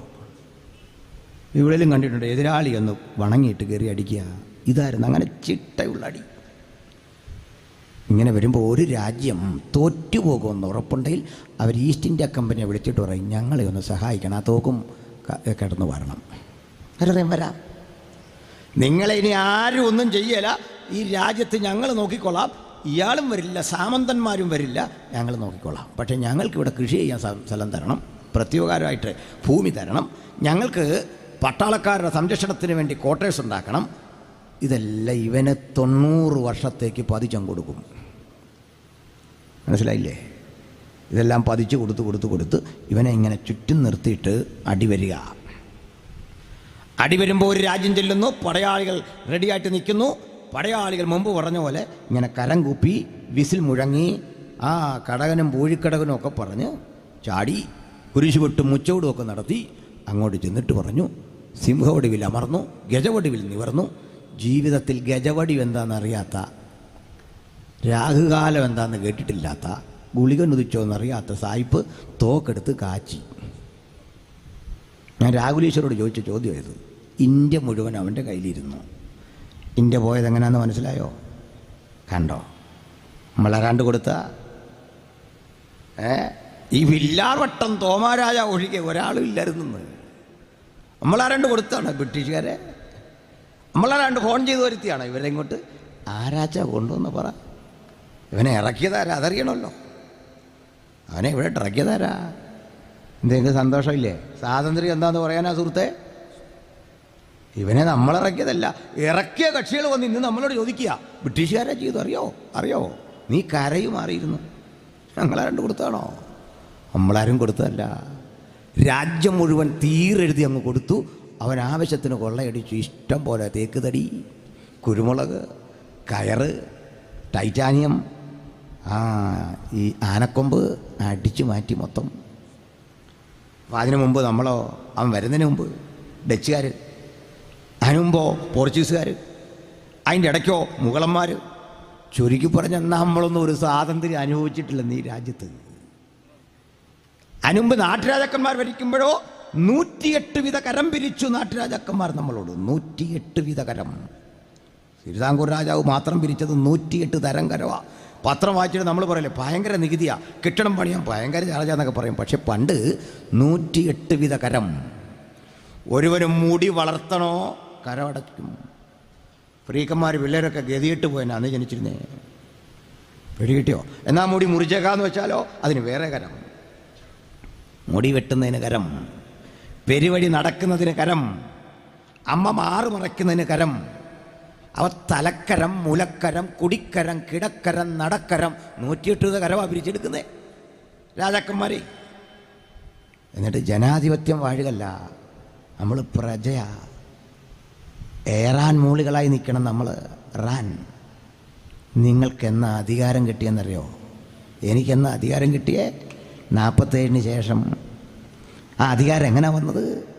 ഒരു ഭരണഘടന എഴുതി വെച്ചു ഇവിടെ. അത് നിലവിൽ വന്നപ്പോഴാണ് നിങ്ങൾ പൗരനായി. പണ്ട് നിങ്ങൾ പ്രജ. വ്യത്യാസം മനസ്സിലായോ? പണ്ട് നിങ്ങൾ പ്രജ, ഇന്ന് നിങ്ങൾ പൗരനായതുകൊണ്ടാണ് എനിക്ക് പ്രസംഗിക്കാൻ പറ്റിയതുപോലെ. പ്രജയാണെങ്കിൽ നടക്കൂല. നിങ്ങൾ പൗരൻ, അധികാരമുള്ള പൗരൻ. ഇതിലേക്ക് വന്നതേ, മനുഷ്യനെ ഈ വിധത്തിലേക്ക് നയിച്ചതേ വിദ്യാഭ്യാസമാണ്. ആ വിദ്യാഭ്യാസം ഇന്ത്യ മഹാരാജ്യം ആസ്വദിച്ചത് ഈ തിരുവെഴുത്തിലൂടെയാണ്, ഈ പുസ്തകത്തിലൂടെയാണ്. ഞാൻ ആ വഴിത്താര കൃത്യം ഒന്ന് പറഞ്ഞുതരാം, കേൾക്കണം. എങ്കിലേ ഗലേഷ്യയിലെ ചിന്തയിലേക്ക് കണക്ട് ചെയ്യാൻ പറ്റൂ. പ്രിയമുള്ളവരെ, ഇന്ത്യ മഹാരാജ്യത്ത് ജനസാമാന്യങ്ങൾ ഇന്ന് കാണുന്ന അഭിവൃദ്ധി കൈവരിക്കപ്പെട്ടത് പഠനത്തിലൂടെയാണ്. വിശേഷിച്ച് കേരളം പോലെ ഒരു രാജ്യത്തെടുത്താൽ ഈ രാജ്യത്തിൻ്റെ അഭിവൃദ്ധിയുടെ ആധാരം വിദ്യാഭ്യാസമാണ്. ഇത് ക്രിസ്ത്യാനിറ്റി പോയിടത്ത് എല്ലാ സ്ഥലങ്ങളിലും ഈ വെളിച്ചം ശോഭിച്ചിട്ടുണ്ട്. അതെങ്ങനെയാണെന്നാണ് പറയുന്നത്, വ്യക്തമാക്കി തരാം. ഈ ഇന്ത്യയിൽ വന്ന ബ്രിട്ടീഷുകാരെയും ഇന്ത്യയിൽ വന്ന മിഷണറിമാരെയും രണ്ടായിട്ട് കാണണം. ഒന്നിച്ച് മിക്സ് ചെയ്ത ഇവർ കാണുന്നത്. ഈ ബ്രിട്ടീഷുകാർക്ക് ഇന്ത്യയിൽ സുവിശേഷം അറിയിക്കുന്നതിനൊരു താല്പര്യമില്ലായിരുന്നു, അവരെതിരായിരുന്നു. ഇത്രയും വലിയ സുവിശേഷ വിരോധികൾ ഇല്ലായിരുന്നു. അവർക്കിതിലൊന്നും താല്പര്യമില്ല. കാരണം സുവിശേഷം അറിയിക്കുന്നതിൻ്റെ ഭാഗമാണ് ഈ ബൈബിള് വായന സഭകളിൽ. ഇത് വായിക്കണേ അറിവ് വേണ്ടേ, ഇത് വായിക്കാനൊരു കൃപ വേണ്ടേ. അതിനെന്താ പറയാം, വിദ്യാഭ്യാസം ഇല്ലെങ്കിൽ ഇത് വായിക്കാൻ പറ്റും. അതുകൊണ്ടാ ചില അമ്മച്ചിമാർ ബൈബിളും വായിക്കും, സിയോൻ ഗീതാവലി നോക്കി പാടും, വേറെ ഒന്നും അറിയത്തില്ല. കണ്ടിട്ടില്ലേ?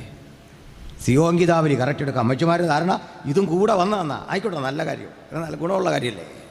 ഈ രണ്ടും വായിക്കും, ആ രണ്ടും നോക്കി പാടും. സത്യം. അപ്പോഴേ വിദ്യ മനുഷ്യനിലേക്ക് എത്തിക്കാൻ ഈ പുസ്തകം വായിപ്പിക്കാൻ നമ്മൾ അക്ഷരം പറഞ്ഞു കൊടുക്കും. അക്ഷരം ഒരു തീപ്പൊരിയ, അതുവഴി ഇതങ്ങ് കത്തിപ്പിടിക്കും. അവൻ ജീവിതത്തിൻ്റെ പുത്തൻ മണ്ഡലത്തിലേക്ക് കുതിച്ചുയരും. ഇതാ എല്ലായിടത്തും സംഭവിച്ചത്. ഇന്ത്യയിൽ സുവിശേഷം അറിയിക്കാൻ ഒരു മിഷണറി വന്നു, വില്യം കേരി ഇന്ത്യ മഹാരാജ്യത്തിലേക്ക് വരുമ്പോൾ ബ്രിട്ടീഷ് ഭരണകൂടം അറിഞ്ഞു ഒരാൾ ഇവിടേക്ക് വരുന്നു. വിസ നിഷേധിച്ചു 3 മാസം. വില്യം കേരി കപ്പൽ വഴി അലഞ്ഞു, ഇവിടെ ഇറങ്ങാൻ വയ്യാതെ. എന്തെല്ലാം സ്വാധീനം കിട്ടിയ ശേഷം വില്യം കേരിക്ക് ഇന്ത്യയിൽ ഇറങ്ങാൻ പറ്റിയേ. ക്ലോഡിയസ് ബുക്കാനന് വിസ തടയാൻ ശ്രമിച്ചു, ബ്രിട്ടീഷുകാർ കൊടുത്തില്ല. അതിൻ്റെ കാരണം ഇവർക്ക് താല്പര്യമില്ല. അവർ ഇംഗ്ലീഷ് പഠിപ്പിച്ചതും സ്കൂൾ നടത്തിയൊക്കെ എന്തിനാണെന്നറിയണ്ട. അവരുടെ കുട്ടികളുണ്ട്, അപ്പോൾ അവരുടെ ജോലി ചെയ്യുന്ന ശിപായിമാർക്ക് വിദ്യാഭ്യാസം വേണം, അതിന് ഇംഗ്ലീഷ് പഠിപ്പിച്ചാൽ. അല്ല, നമ്മളെ നന്നാക്കാൻ വേണ്ടി ബ്രിട്ടീഷുകാരൊന്നും ചെയ്തില്ല. പിന്നെ മൊത്തത്തിൽ അവർ കുറേ വികസനമൊക്കെ ഉണ്ടാക്കി, അതിനെ ആരും എതിർക്കേണ്ട, നല്ല കാര്യമാണ്. ഇനി മറുവശ പറഞ്ഞു വരുന്നത്, മിഷണറിമാരങ്ങനല്ല. ഒരു പിടി മണ്ണും കൊള്ളയടിച്ചില്ല, 1 രൂപ ഇവിടുന്ന് അപകരിച്ചില്ല, ഒരു ദോഷവും ഈ രാജ്യത്തിന് ചെയ്തില്ല. ഇംഗ്ലണ്ടിലും അവർ ജീവിച്ചിരുന്ന ഭൂപ്രദേശങ്ങളിൽ അവർക്കുണ്ടായിരുന്ന സ്വത്തും അവർക്കുണ്ടായിരുന്ന സമ്പത്തുമൊക്കെ വിറ്റഴിച്ച് ഈ രാജ്യത്ത് വന്ന് ഇവിടെയുള്ള മനുഷ്യനെ വിദ്യാഭ്യാസവൽക്കരിക്കാൻ അവർ ശ്രമം നടത്തി. തിരുവിതാംകൂർ ഗവൺമെൻറ്റിന് സ്വന്തമായി ഒരു പള്ളിക്കുടം സ്ഥാപിക്കുന്നതിന് മുമ്പ് മിഷണറിമാർ കോട്ടയത്ത് കോളേജ് തുടങ്ങി. എറണാകുളത്ത് അവർ നടത്തിയ കോളേജാ പിൽക്കാലത്തെ മഹാരാജാസ് കോളേജ്. ബ്രണ്ണൻ കോളേജിൻ്റെ ചരിത്രമുണ്ടല്ലോ, ബഹുമാനപ്പെട്ട മുഖ്യമന്ത്രി അടക്കം പഠിച്ചത്. ആരാണ് സ്ഥാപിച്ചത്? Basal mission. ഇന്ത്യ മഹാരാജ്യത്ത്, വിശേഷിച്ച് കേരളക്കരയിൽ ഞാനും നിങ്ങളും അഭിമുഖീകരിക്കുന്ന എല്ലാത്തരം സ്വാതന്ത്ര്യത്തിൻ്റെയും പിന്നിൽ ഈ സുവിശേഷം വഹിച്ച പങ്ക് നിസ്തുല്യമാണ്. ഇന്നിതിനെ തമസ്കരിക്കാൻ പലരും ശ്രമിക്കും. ഈ ചരിത്രം പറയാൻ പലരും തയ്യാറെടുക്കാതിരിക്കെ ഇത് പറയാനുള്ള നിങ്ങളുടെ ആർജവം ആർക്കും പണയപ്പെടുത്തരുത്. ആത്മാഭിമാനത്തോടെ പറയണം, ഈ നാടിനെ മാറ്റിമറിച്ചതിൽ ഈ ഗ്രന്ഥം വഹിച്ച പങ്ക് അത് പവിത്രമാണ്, അത് ശ്രേഷ്ഠമാണ്. നോടി പറയട്ടെ, എല്ലാ കാര്യത്തിലും ഇതുണ്ട്. വസ്ത്രധാരണം, ക്ഷമിക്കണം, ഈ ബാലചന്ദ്രൻ ചുള്ളിക്കാടിൻ്റെ ചിദംബര സ്മരണകൾ എന്നൊരു പുസ്തകം വായിക്കണം. അദ്ദേഹം അതിലൊരു ഓർമ്മ എഴുതി. അദ്ദേഹത്തെ കാണാൻ വന്ന ബന്ധു അദ്ദേഹത്തിന് വാങ്ങിക്കൊണ്ട് വന്നത് വൈരക്കല്ലിൻ്റെ ഒരു കടുക്കനും ധരിക്കാൻ ഒരു പട്ടുകോണകം അതിന് വേറെ പദമൊന്നും പറയാം, അതിന് ഇംഗ്ലീഷിൽ പറഞ്ഞാൽ നോക്കുകയല്ലോ. അതുകൊണ്ട് ഞാൻ പറഞ്ഞ ചുള്ളിക്കാടിനെ പോലൊരു മനുഷ്യൻ്റെ ബാല്യത്തിൽ ധരിക്കാൻ കൊടുത്ത സാധനമാണെന്നിത്. അന്ന് ഈ പട്ട് ധരിക്കുന്ന ആളിന് ഭയങ്കര പ്രാധാന്യം, പട്ട് കൊണ്ടുള്ളൊരു കൗവീനം. ഇതായിരുന്നു ഇന്ത്യക്കാരൻ്റെ വേഷം, സമ്പന്നൻ്റെ വേഷം. ഈ പറഞ്ഞേ സമ്പത്തുള്ള കുലീനത്വമുണ്ടെന്നൊക്കെ നമ്മുടെ ശ്രീജിത്ത് ADGP ഒക്കെ പറയുന്ന സമൂഹം ധരിച്ച വസ്ത്രത്തിൻ്റെ ചരിത്രം ഞാൻ പറഞ്ഞ. കൂടുതലറിയാൻ നിങ്ങൾ എൻ്റെ യൂട്യൂബ് നോക്കിയാൽ മതി, അവിടെ എഴുതിയിട്ടിട്ടുണ്ട്, പറഞ്ഞിട്ടിട്ടുണ്ട്. എന്തിനാ പറഞ്ഞേ? ഈ നാട്ടിലെ ജനസാമാന്യങ്ങളുടെ വസ്ത്രരീതി, വസ്ത്രം എന്തിനുള്ള, ഒരുവനെ അവൻ്റെ വ്യക്തിത്വം പരിഷ്കരിക്കാൻ കൂടിയുള്ളത്, നഗ്നത മാറ്റാൻ വേണ്ടി മാത്രമുള്ളതല്ലെന്നേ. വ്യക്തിത്വത്തിൻ്റെ പരിഷ്കരണം, ശരീരത്തിൻ്റെ പരിഷ്കരണം, ഇത് പഠിപ്പിച്ചതാരാ? സുവിശേഷകരാണ്. സുവിശേഷം പ്രസംഗിച്ച യേശുവിൻ്റെ അനുഗാമികളാണ്. ഇന്ത്യയിലേക്ക് വന്ന സുവിശേഷകരിൽ മറക്കാനാവാത്ത 3 പേരുണ്ട്. ഒരു ജോസഫ് എൻ, പിന്നെയുമുണ്ട് മേലുകാവും പരിസര പ്രദേശങ്ങളിലുമൊക്കെ പോയി ആദിവാസികൾക്കിടയിൽ പ്രവർത്തിച്ച് അവരെ ജീവിതത്തിൻ്റെ മുഖ്യധാരയിലേക്ക് കൊണ്ടുവന്ന ഹെൻറി ബേക്കർ, നിങ്ങൾക്കും എനിക്കും പരിചിതനായ ബെഞ്ചമിൻ ബെയ്ലി. 3 അവരുടെ പ്രവർത്തന രീതി.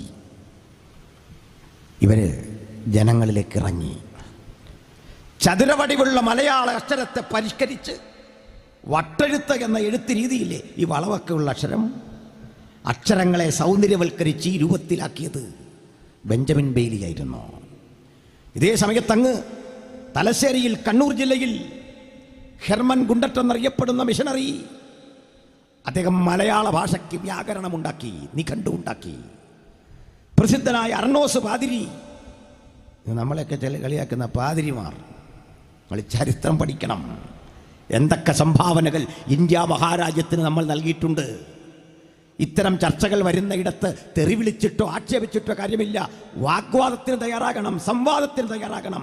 മറു സ്റ്റേജുകൾ ഇട്ടിട്ട് ഞങ്ങളെപ്പോലർക്ക് മറുപടി തരാനുള്ള ആർജവമെങ്കിലും ഇത്തരമുള്ള ആളുകൾ കാണിക്കണം. ഞാൻ നീട്ടണില്ല, സ്വാതന്ത്ര്യത്തിൻ്റെ ഉള്ളടക്കം പറയാനാ വന്നേ. ഞാനിത് പറയുമ്പോൾ 1-2 കാര്യങ്ങൾ കൂടി പറയാം. 1860 നമുക്കൊരു ഇന്ത്യൻ ശിക്ഷാ നിയമം ഉണ്ടാകുന്നത്. ഇവിടെ പോലീസുകാരൊക്കെ ഇരിപ്പുണ്ട്, റിട്ടയർഡായിട്ടും ജോലി ചെയ്യുന്നവരുമൊക്കെ. അവരിപ്പോഴും ശിക്ഷിക്കാൻ IPC എന്ന് എഴുതുള്ള ഇന്ത്യൻ പീനൽ കോഡ്. എന്നത്തെയാ 1860 ബ്രിട്ടീഷ് ഇന്ത്യയിൽ ഉണ്ടായതാ, മെക്കോളെ പ്രഭുവിൻ്റെ കാലത്തുണ്ടായതാ. അതിൽ നിന്ന് അധികം ഇത് മുമ്പോട്ട് പോയിട്ടില്ല ഇതുവരെ. അന്നത്തെ നിയമം വെച്ച് ഇപ്പോഴും ശിക്ഷിക്കുന്നത്. കാരണം അന്നത്തെ നിയമത്തിൻ്റെ അതേതാണ്ട് കുഴപ്പമെന്നല്ല, ആ നിയമം ഇന്ന് വരെ ഓടത്തക്ക വീക്ഷണമുള്ളതായിരുന്നു. പിടികിട്ടിയോ? ആ നിയമത്തിൻ്റെ ഗുണമായി പറഞ്ഞ്. അതിന് മുമ്പുള്ള ശിക്ഷ കേൾക്കണോ? പറയാം. ഈ രാജ്യത്ത് കുറ്റവാളി എന്നൊന്നില്ല. കുറ്റവാളിയെ അവൻ്റെ ജാതിയുടെ അടിസ്ഥാനത്തിൽ തരംതിരിക്കും. ഒരു കുറ്റം ബ്രാഹ്മണനും ക്ഷത്രിയനും വൈശ്യനും ശൂദ്രനും ചെയ്താൽ 4 ശിക്ഷ. ഇനി 5ാം വർണ്ണമുണ്ട്, ചണ്ടാലൻ, അവന് പിന്നെയും കടുത്ത ശിക്ഷ. കുറ്റവാളി ബ്രാഹ്മണാണെങ്കിൽ ഇന്ത്യ മഹാരാജ്യത്ത് നിലനിന്ന ശിക്ഷ, അവനെ ആദ്യം ഒരു തുലാസിലിരുത്തി തൂക്കമെടുക്കണം. 80 കിലോ എഴുതും. എന്നിട്ട് ഇയാൾ ചെയ്ത കുറ്റമെന്ത്, അത് ഒരോലയിൽ എഴുതിയിട്ട് കയ്യിൽ പിടിപ്പിച്ചിട്ട് വീണ്ടും തൂക്കണം, എഴുത്തോലയിൽ. അപ്പോൾ തൂക്കം വ്യത്യാസം വരികയില്ലെങ്കിൽ ആൾ കുറ്റവാളിയല്ല. മനസ്സിലായോ ടെക്നിക്ക് എന്താണെന്ന്? 80 കിലോ ഉള്ള മനുഷ്യൻ ഒരു എഴുത്തോലയും കൊണ്ടിരുന്ന തൂക്കത്തിന് വ്യത്യാസം വരുമോ? ഇല്ല. ഇതേ കുറ്റം ചെയ്യുന്ന താഴോട്ടുള്ള മനുഷ്യനെ ചെയ്യുന്ന രീതി ചിത്രവധം. ചിത്രവധത്തിൻ്റെ രീതികൾക്ക് പഴുപ്പിച്ച ഇരുമ്പ് ദണ്ടിലേക്ക് മനുഷ്യനെ കയറ്റിയിരുത്തുക ഒരു 80-85 കൊല്ലം മുമ്പൊക്കെ രാജ്യത്ത് നടന്ന കാര്യമാണേ. ഈ രാജ്യത്ത് നടന്ന അംഗച്ഛേദം ചെയ്യുക, ക്രൂരശിക്ഷ നടപടി ഇന്ത്യ കടന്നുപോയ ഒരു കാലഘട്ടം അതായിരുന്നു. ഇനി മാറ്റം വന്നതേ മനുഷ്യന് അറിവും വിവേകമൊക്കെ വന്നപ്പോഴാണ്. അതിനാ വിദ്യാഭ്യാസം. അതുകൂടെ പറയാം. ഇവിടെ സായിപ്പ് ഇതൊക്കെ ചെയ്തെങ്കിൽ 200 കൊല്ലം ബ്രിട്ടൻ ഈസ്റ്റ് ഇന്ത്യ കമ്പനി ഭരിച്ചു. നമ്മൾ പിന്നെ ഈസ്റ്റ് ഇന്ത്യ കമ്പനി പോയി കഴിഞ്ഞ് ഈ ബ്രിട്ടീഷ് പാർലമെൻറ്റ് പിന്നെ ഇന്ത്യ ഭരിച്ചു. പലർക്കും ഈ ചരിത്രം അറിയില്ല. 1600 അവരിഞ്ഞ് വന്നു, 200 കൊല്ലത്തോളം ഭരിച്ചു. നമ്മൾ മഹത്തായ വിപ്ലവം എന്നറിയപ്പെടുന്ന 1857 കലാപത്തിന് ശേഷം ഭരണം ബ്രിട്ടീഷ് ഈസ്റ്റ് ഇന്ത്യ കമ്പനിയിൽ നിന്ന് ബ്രിട്ടീഷ് പാർലമെൻറ്റിന് മാറി. ബ്രിട്ടീഷുകാരൊരു നിയമം കൊണ്ടുവന്നു, ഗവൺമെൻറ് ഓഫ് ഇന്ത്യ ആക്ട് അവർ കൊണ്ടുവന്നാണ്. പിന്നെ 2 ഭരണപരിഷ്കാരം പിന്നെ വന്നു. നിങ്ങൾ കേട്ടിട്ടുണ്ട്, മിൻറ്റോ മോർലി ഭരണപരിഷ്കാരം, മോണ്ടേഗു ചെംസ്ഫോർഡ് ഭരണപരിഷ്കാരം. ഈ 3 പരിഷ്കാരങ്ങൾ വന്നപ്പോഴാണ് ഇന്ത്യ എന്നൊരാശയം വരുന്നത്. എല്ലാവർക്കും ഒരേ നിയമം, ഒരേ തരം ശിക്ഷ, എഴുത്തും പരിപാടിയൊന്നുമില്ല. പണ്ട് ആരോപണ വിധേയനെ ശിക്ഷിക്കുന്ന രീതികൾ കണ്ടേ. ആരോപണ വിധേയനെ കൊണ്ടുവന്നിട്ട് ഒരു പാമ്പിനെ കുടത്തിലാക്കി അതിനുള്ളിലേക്ക് ഒരു നാണയമിടും. നിങ്ങൾ കുറ്റവാളിയാണെങ്കിൽ ആ നാണയം പാമ്പിൻ്റെ കടി കൊള്ളാതെ എടുക്കണം. എടുത്താൽ കുഴപ്പമില്ല, പാമ്പ് കൊത്താതെ എടുക്കണമെന്ന്. മനസ്സിലായോ? ഞാൻ വല്ലതുവാണെങ്കിൽ പറയാം, ആദ്യം സാറ് തന്നെ ഒന്ന് കാണിച്ചതാണ്. കാരണം സാറ് കുറ്റവാളി അല്ലല്ലോ, സാറിന് ധൈര്യമായിട്ട് ചെയ്യാമല്ലോ. ഇനി അതിനുശേഷം വേറൊരു പരീക്ഷണമുണ്ട്. തിളച്ച എണ്ണയിലേക്ക് കൈമുക്കുക, അഗ്നിപരീക്ഷ. ഇതൊക്കെ മാറി CBIയും ED ഒക്കെ കുറ്റം തെളിയിക്കാൻ തുടങ്ങിയെന്ന ആധുനികവൽക്കരിച്ച നമ്മുടെ രാജ്യത്താ സയൻറ്റിഫിക്കലായ ശിക്ഷണ നടപടിയൊക്കെ പിന്നെ വന്നത്. ഇതൊക്കെ എങ്ങനെ വന്നേ? ഒരു രാജ്യത്തിന് വന്ന ഇത്തരം മാറ്റങ്ങളുടെ എല്ലാം പിന്നിലെ പ്രചോദനം അറിവാണ്. ആ അറിവിൻ്റെ പ്രചോദനം അക്ഷരമാണ്. അക്ഷരം പഠിക്കാൻ അവരെകളൊക്കെ പ്രേരിപ്പിച്ച ഘടകം സുവിശേഷഘോഷണമാണ്. നിങ്ങളുടെ കാര്യം ശ്രദ്ധിച്ചോ? എല്ലാ മനുഷ്യർക്കും നമ്മൾ എന്തുകൊണ്ട് ശത്രുക്കളാവുന്നു ശ്രദ്ധിച്ചിട്ടുണ്ടോ? സകല ആൾക്കാർക്ക് നമ്മളോട് ഏതാണ്ടൊരു വല്ലാത്ത വൈരാഗ്യം. ഞാൻ തന്നെയൊക്കെ യാത്ര ചെയ്യുമ്പോൾ ഇതെന്ത് നമ്മളോട് ഇത്രയും വൈരാഗ്യം? നമ്മളാകപ്പാടെ ചെയ്യുന്ന ഈ വഴി സൈഡിൽ നിന്ന് പ്രസംഗിക്കുന്നു. ഞാൻ തിരിച്ചൊരു ചോദ്യം എല്ലാവരോടുമായിട്ട് ചോദിക്കാം. കുമ്പനാടുള്ള നമ്മുടെ കൺവെൻഷൻ 100 കൊല്ലം പഴക്കം, മുളക്കുഴ കൺവെൻഷനും 100 കൊല്ലം പഴക്കം, അസംബ്ലീസ് കൂടിൻ്റെ കൺവെൻഷനും 100. നമ്മുടെ മെയിൻ മുഖ്യധാരാ സഭകൾക്കെല്ലാം 100 കൊല്ലത്തെ കൺവെൻഷൻ്റെ പഴക്കമുണ്ട്. 100 കൊല്ലങ്ങൾക്കുള്ളിൽ ഞങ്ങളുടെ കൺവെൻഷൻ സ്ഥലങ്ങളിലേക്ക് ലക്ഷക്കണക്കിന് മനുഷ്യർ ഓരോ വർഷവും വരും. ലക്ഷക്കണക്കിന് മനുഷ്യർ. നിങ്ങൾ ഇന്ന് വരെ ഈ 100 കൊല്ലത്തെ ചരിത്രത്തിൽ പോലീസിനൊരു പെറ്റി കേസ് എടുക്കേണ്ടി വന്നിട്ടുണ്ടോ? പറ. ഒരു പെറ്റി കേസ് പറ. ഈ 100 കൊല്ലത്തിനിടയ്ക്ക് ഞങ്ങളുടെ ആ സ്ഥലങ്ങളിൽ അച്ചടക്ക സംബന്ധിച്ച് ആളുകൾ അനുസരിക്കാതെ വന്നിട്ട് ഒരു ലാത്തിച്ചാർജ് നടത്തേണ്ടി വന്നോ? പറ. ഒരു തീപിടുത്തമോ അനിഷ്ട സംഭവമോ അനാവശ്യമായ മാനുഷിക ഇടപെടൽ കൊണ്ടോ സാമൂഹ്യ വിരുദ്ധമായ ഒരു കാര്യത്തിൻ്റെ പേരിൽ ഏതെങ്കിലും തരത്തിൽ ഒരു നടപടി എടുക്കേണ്ടി വന്നോ? പറ. ആകെ പോലീസ് റോഡിലാണ് വണ്ടി തിരിച്ചു വിടാൻ. നമ്മുടെ ക്യാമ്പസിലൊന്നുമില്ല. എങ്ങനെ? ഇതെന്തുകൊണ്ട് സംഭവിച്ചു? മനസ്സിലാക്കണം. പെന്തക്കോസ്ത് സഭകളിൽ വിശ്വാസം സ്വീകരിച്ചു വന്ന ആളുകൾ, അവരുടെ പൂർവചരിത്രം, അവർ ഭീരുക്കളൊന്നുമായിരുന്നില്ല. സമൂഹത്തിൻ്റെ പല തുറകളിൽ സമാധാനം നഷ്ടപ്പെട്ടിട്ട് പലതരം മണ്ഡലങ്ങളിൽ വ്യവഹരിച്ച് ജീവിതം തോറ്റു തുന്നമ്പാടി എത്രയെത്ര ആളുകൾ, മദ്യം തകർത്തെറിഞ്ഞ എത്രയെത്ര ആളുകൾ, കുടുംബജീവിതം നശിച്ചിട്ട് സമാധാനം നഷ്ടപ്പെട്ടിട്ട് പലതരത്തിൽ ഗുണ്ടാപ്പണിക്കും തിന്മയ്ക്കുമൊക്കെ ഇറങ്ങിയിട്ട് അവിടെ നിന്ന് പ്രാണൻ രക്ഷപ്പെട്ട സൗജന്യം ആസ്വദിച്ച് യേശുവിനെ അനുഗമിച്ച 100 ആളുകൾ, ലക്ഷക്കണക്കിന് ആളുകളായി വളർന്നപ്പോൾ വർഷം ഇത്ര കഴിഞ്ഞിട്ടും ഇത്തരമൊരു കുറ്റം ഞങ്ങളുടെ പേരിൽ റെക്കോർഡ് ചെയ്യാനില്ല, ഇന്ത്യ മഹാരാജ്യത്ത് എവിടെയുമില്ല. എന്നിട്ടും ഞങ്ങൾ നിങ്ങളുടെ ശത്രുക്കളായതെങ്ങനെ? പറയൂ, പറയൂ ബഹുജനങ്ങളെ, ഞങ്ങൾ എന്ത് തെറ്റ് ചെയ്തു? ഞങ്ങളുടെ സ്ഥാപനത്തിൽ നിങ്ങൾ വരൂ, നിങ്ങൾ റെയ്ഡ് ചെയ്യണം, ഞങ്ങളുടെ ഹെഡ് ക്വാർട്ടറുകൾ പിടിച്ചെടുക്കണം. ഭരണകൂടമേ തയ്യാറെടുക്ക്. ഞങ്ങളുടെ ഓഫീസുകൾ റെയ്ഡ് ചെയ്ത അനന്തരം രാജ്യവിരുദ്ധമായ ഒരു ലഘുലേഖ ഞങ്ങളുടെ ഏതെങ്കിലും സ്ഥാപനത്തിൽ നിന്ന് നിങ്ങൾക്ക് കണ്ടെടുക്കാൻ സാധിക്കുമോ? ഒരായുധം കണ്ടെടുക്കാൻ സാധിക്കുമോ? ഒരു പിടി വെടിമരുന്ന് കണ്ടുപിടിക്കാൻ സാധിക്കുമോ? ചുരുക്കി പറഞ്ഞാൽ മതത്തിൻ്റെ പേരിൽ, വിശ്വാസത്തിൻ്റെ പേരിൽ, ഞങ്ങൾ വിശ്വസിക്കുന്ന തത്വസംഹിത പേരിൽ ഒരു മനുഷ്യൻ്റെയും ചോര ചൊരിയാത്ത, അവരനെ ഉപദ്രവിക്കാത്ത, ആരെയും ആക്രമിക്കാത്ത ഒരൊറ്റ മാർഗം ഉലകത്തിലുണ്ടെങ്കിൽ അത് യേശുവിൻ്റെ അനുഗാമികളുടെ മാർഗമാണ്. ഞങ്ങൾ വിശ്വസിക്കുന്ന ക്രൂശിൻ്റെ മാർഗമാണ്. അതുകൊണ്ട് ക്രൂശിനെ കരങ്ങളിലെന്തിയ, ഹൃദയത്തിലെന്തിയ നമുക്ക് അഭിമാനപുരസരം പറയാം. നാമത്രേ രാജ്യസ്നേഹികൾ, നാമത്രേ ദേശസ്നേഹികൾ, നാമത്രേ മനുഷ്യസ്നേഹികൾ. ഈ മനുഷ്യസ്നേഹത്തിൻ്റെ ഉദാത്ത സന്ദേശമാണ് ഞങ്ങൾ പ്രസംഗിക്കുന്ന സ്വാതന്ത്ര്യം. ഇതാ ഞങ്ങൾ പ്രസംഗിക്കുന്നത്. വേണ്ട, ഞങ്ങൾ നികുതി അടയ്ക്കരുതെന്ന് പ്രസംഗിച്ചോ? അല്ല, നികുതി കൂട്ടിയതിനെതിരെ സമരം ചെയ്തോ? റബ്ബർ വില കൂട്ടാൻ പറഞ്ഞോ? ഞാനാരെയും വിമർശിച്ച് പറഞ്ഞല്ല. ഞങ്ങൾ പറഞ്ഞോ സെക്രട്ടേറിയറ്റ് സംഭിപ്പിക്കും, കളക്ട്രേറ്റ് ഞങ്ങൾ പൊളിക്കും, വഴി ഞങ്ങൾ തടയും, ഇതിലെ ഞങ്ങൾ ആരെയും വിടുകയില്ല. നമ്മൾ പറഞ്ഞോ? ഇല്ല. നമ്മുടെ ലക്ഷ്യം അതല്ല. അതാ ഒക്കെ നിങ്ങൾ എടുത്തോന്നേ. നിങ്ങൾ ഉദ്യോഗസ്ഥരെയൊക്കെ എടുത്തോ, ഉദ്യോഗം എടുത്തോ, നിങ്ങൾ MLA MP ഒക്കെ അയക്കോ. ഞങ്ങൾക്കൊരു പഞ്ചായത്ത് മെമ്പർ പോലും വേണ്ടെന്നേ. നിങ്ങളുടെ ലക്ഷ്യം അതല്ല. ഞങ്ങളുടെ ലക്ഷ്യം ഉയർന്ന മാനവികതാബോധമാണ്. ഞങ്ങളുടെ മുമ്പിൽ രണ്ടു തരം മനുഷ്യരേ ഉള്ളൂ. ഒന്ന് ക്രിസ്തു ഉള്ളവർ, രണ്ട് ക്രിസ്തു രഹിതർ. മറ്റാരും ഞങ്ങളുടെ കാഴ്ചപ്പാടിലില്ല.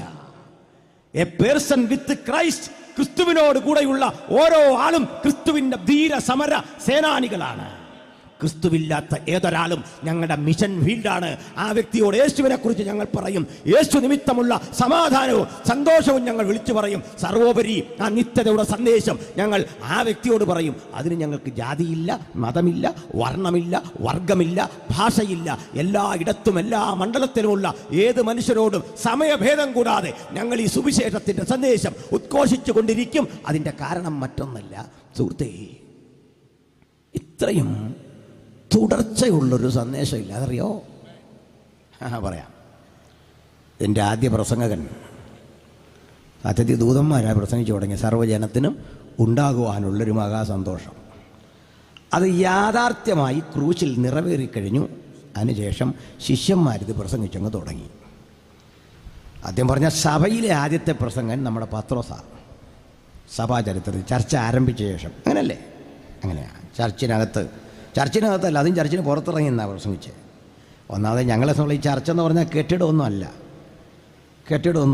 അതുകൊണ്ട് ഞങ്ങളുടെ ഒരു കാള് തീയിട്ടെന്നോ ആരാണ്ട് കല്ലെടുത്തെറിഞ്ഞെന്നോ വെച്ചാൽ ഞങ്ങൾക്ക് അതിനകത്ത് വലിയ വിഷയമൊന്നുമില്ല. ഞങ്ങളെയും കൂടെ തട്ടിയാലും പ്രശ്നമൊന്നുമില്ല. അതിന് കാരണമുണ്ട്. ഈ കെട്ടിടമല്ല ഞങ്ങളെ സംബന്ധിച്ചോളം ചർച്ച. ആണോ? ഇതൊരു ചർച്ച. ഇവിടെ വേണേൽ കർത്തൃമേശ നടത്തത്തില്ലേ നമുക്കിപ്പം? സമയമുണ്ടെങ്കിൽ ചെയ്യാം. ഒരു തടസ്സവും ഇല്ലെന്നതിന്, ഒരു പ്രശ്നവും ഇല്ലെന്നതിന്. ഞങ്ങളെ സംബന്ധിച്ചുള്ള ഒരു സ്ഥലം പരിശുദ്ധമാകുന്നത് ക്രിസ്തു സാന്നിധ്യത്താലാണ്. ക്രിസ്തു സാന്നിധ്യമാണ് നമ്മളെയും പരിശുദ്ധരാക്കുന്നത്. ആ സ്ഥലത്തിൻ്റെ പരിശുദ്ധിയല്ല, പരിശുദ്ധനായവൻ അവിടെ വന്നതാണ് ഒരു സ്ഥലത്തിൻ്റെ പ്രസക്തി. ഹല്ലേലൂയ. അവളെ പത്രോസ്ലീഹ അങ്ങോട്ട് പ്രസംഗിച്ചു തുടങ്ങിയ അന്ന് മുതൽ ഇന്നു വരെ ഇടതടവില്ലാതെ ഭൂമിയുടെ 5 വൻകരകളിലും 24 മണിക്കൂറും പ്രസംഗിക്കുന്ന ഒരൊറ്റ സന്ദേശമേയുള്ളൂ. അത് സുവിശേഷമാണ്. ലോകത്തേറ്റവും അധികം ആളുകൾ വിലക്കിയത് ഈ സുവിശേഷ പ്രസംഗത്തെയാണ്.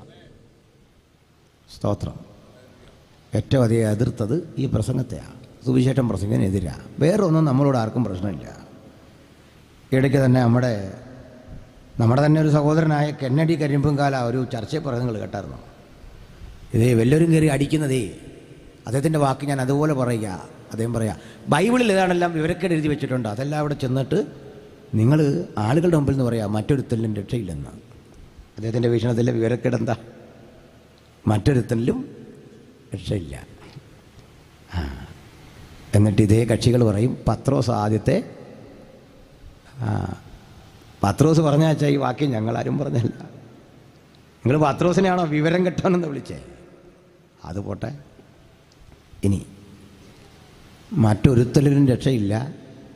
നാം രക്ഷിക്കപ്പെടുവാൻ ആകാശത്തിന് കീഴിൽ മനുഷ്യരുടെ ഇടയിൽ നൽകപ്പെട്ട വേറെ ഒരു നാമവും ഇല്ല. ഇത് പറയരുതെന്നാണ് പുള്ളി പറയുന്നത്. നമുക്കോ ഇത് പറയാതിരിക്കാൻ ഗത്യന്തരമില്ല. ഇത് പറഞ്ഞാൽ അതൊരു പ്രയാസമാണ്. എന്തിനാ പ്രയാസപ്പെടുന്നത്? നിങ്ങൾ വന്ന് ഇതിലും ശ്രേഷ്ഠമായൊരു കാര്യം അപ്പുറത്ത് വെച്ച് പറഞ്ഞാൽ പോരെ.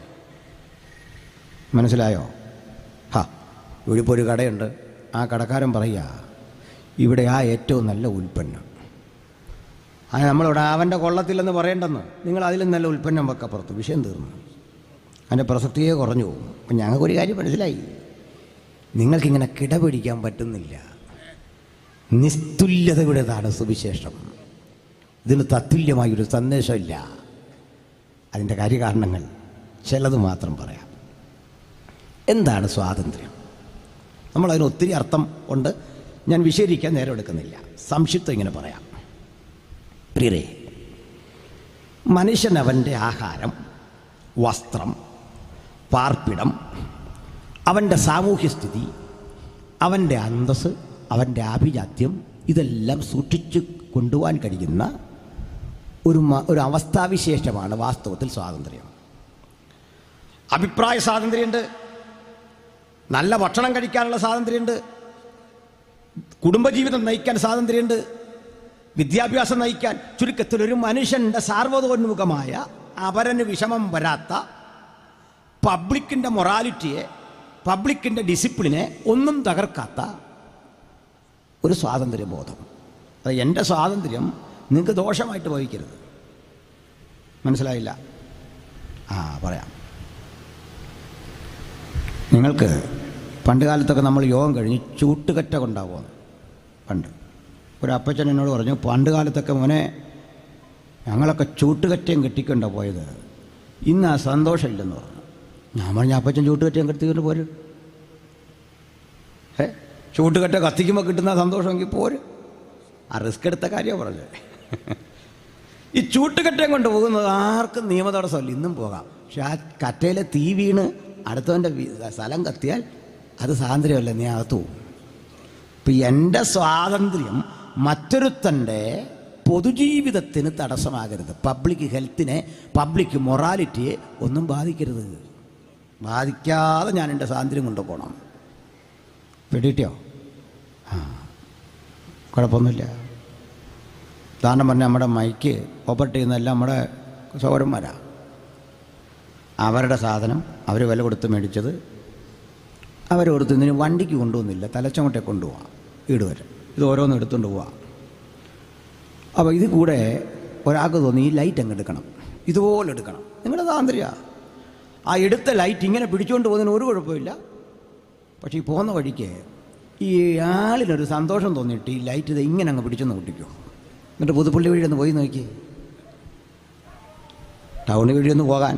എൻ്റെ സ്വാതന്ത്ര്യമാണ്, ഞാൻ നികുതി കൊടുക്കുന്ന റോഡെ പോകാൻ പറ്റുമോ? ഇത് പറ്റുകയില്ല, ഇങ്ങനെ പറ്റും. അതിനെങ്ങനെയും പോക്കോ, കുഴപ്പമില്ല. പിടികിട്ടിയോ? സ്വാതന്ത്ര്യം ദുരുപയോഗം ചെയ്യാൻ പാടില്ല. സ്വാതന്ത്ര്യം അവിടെ നിൽക്കട്ടെ. ഇതിനകത്തൊരു കാര്യം പഠിക്കണം.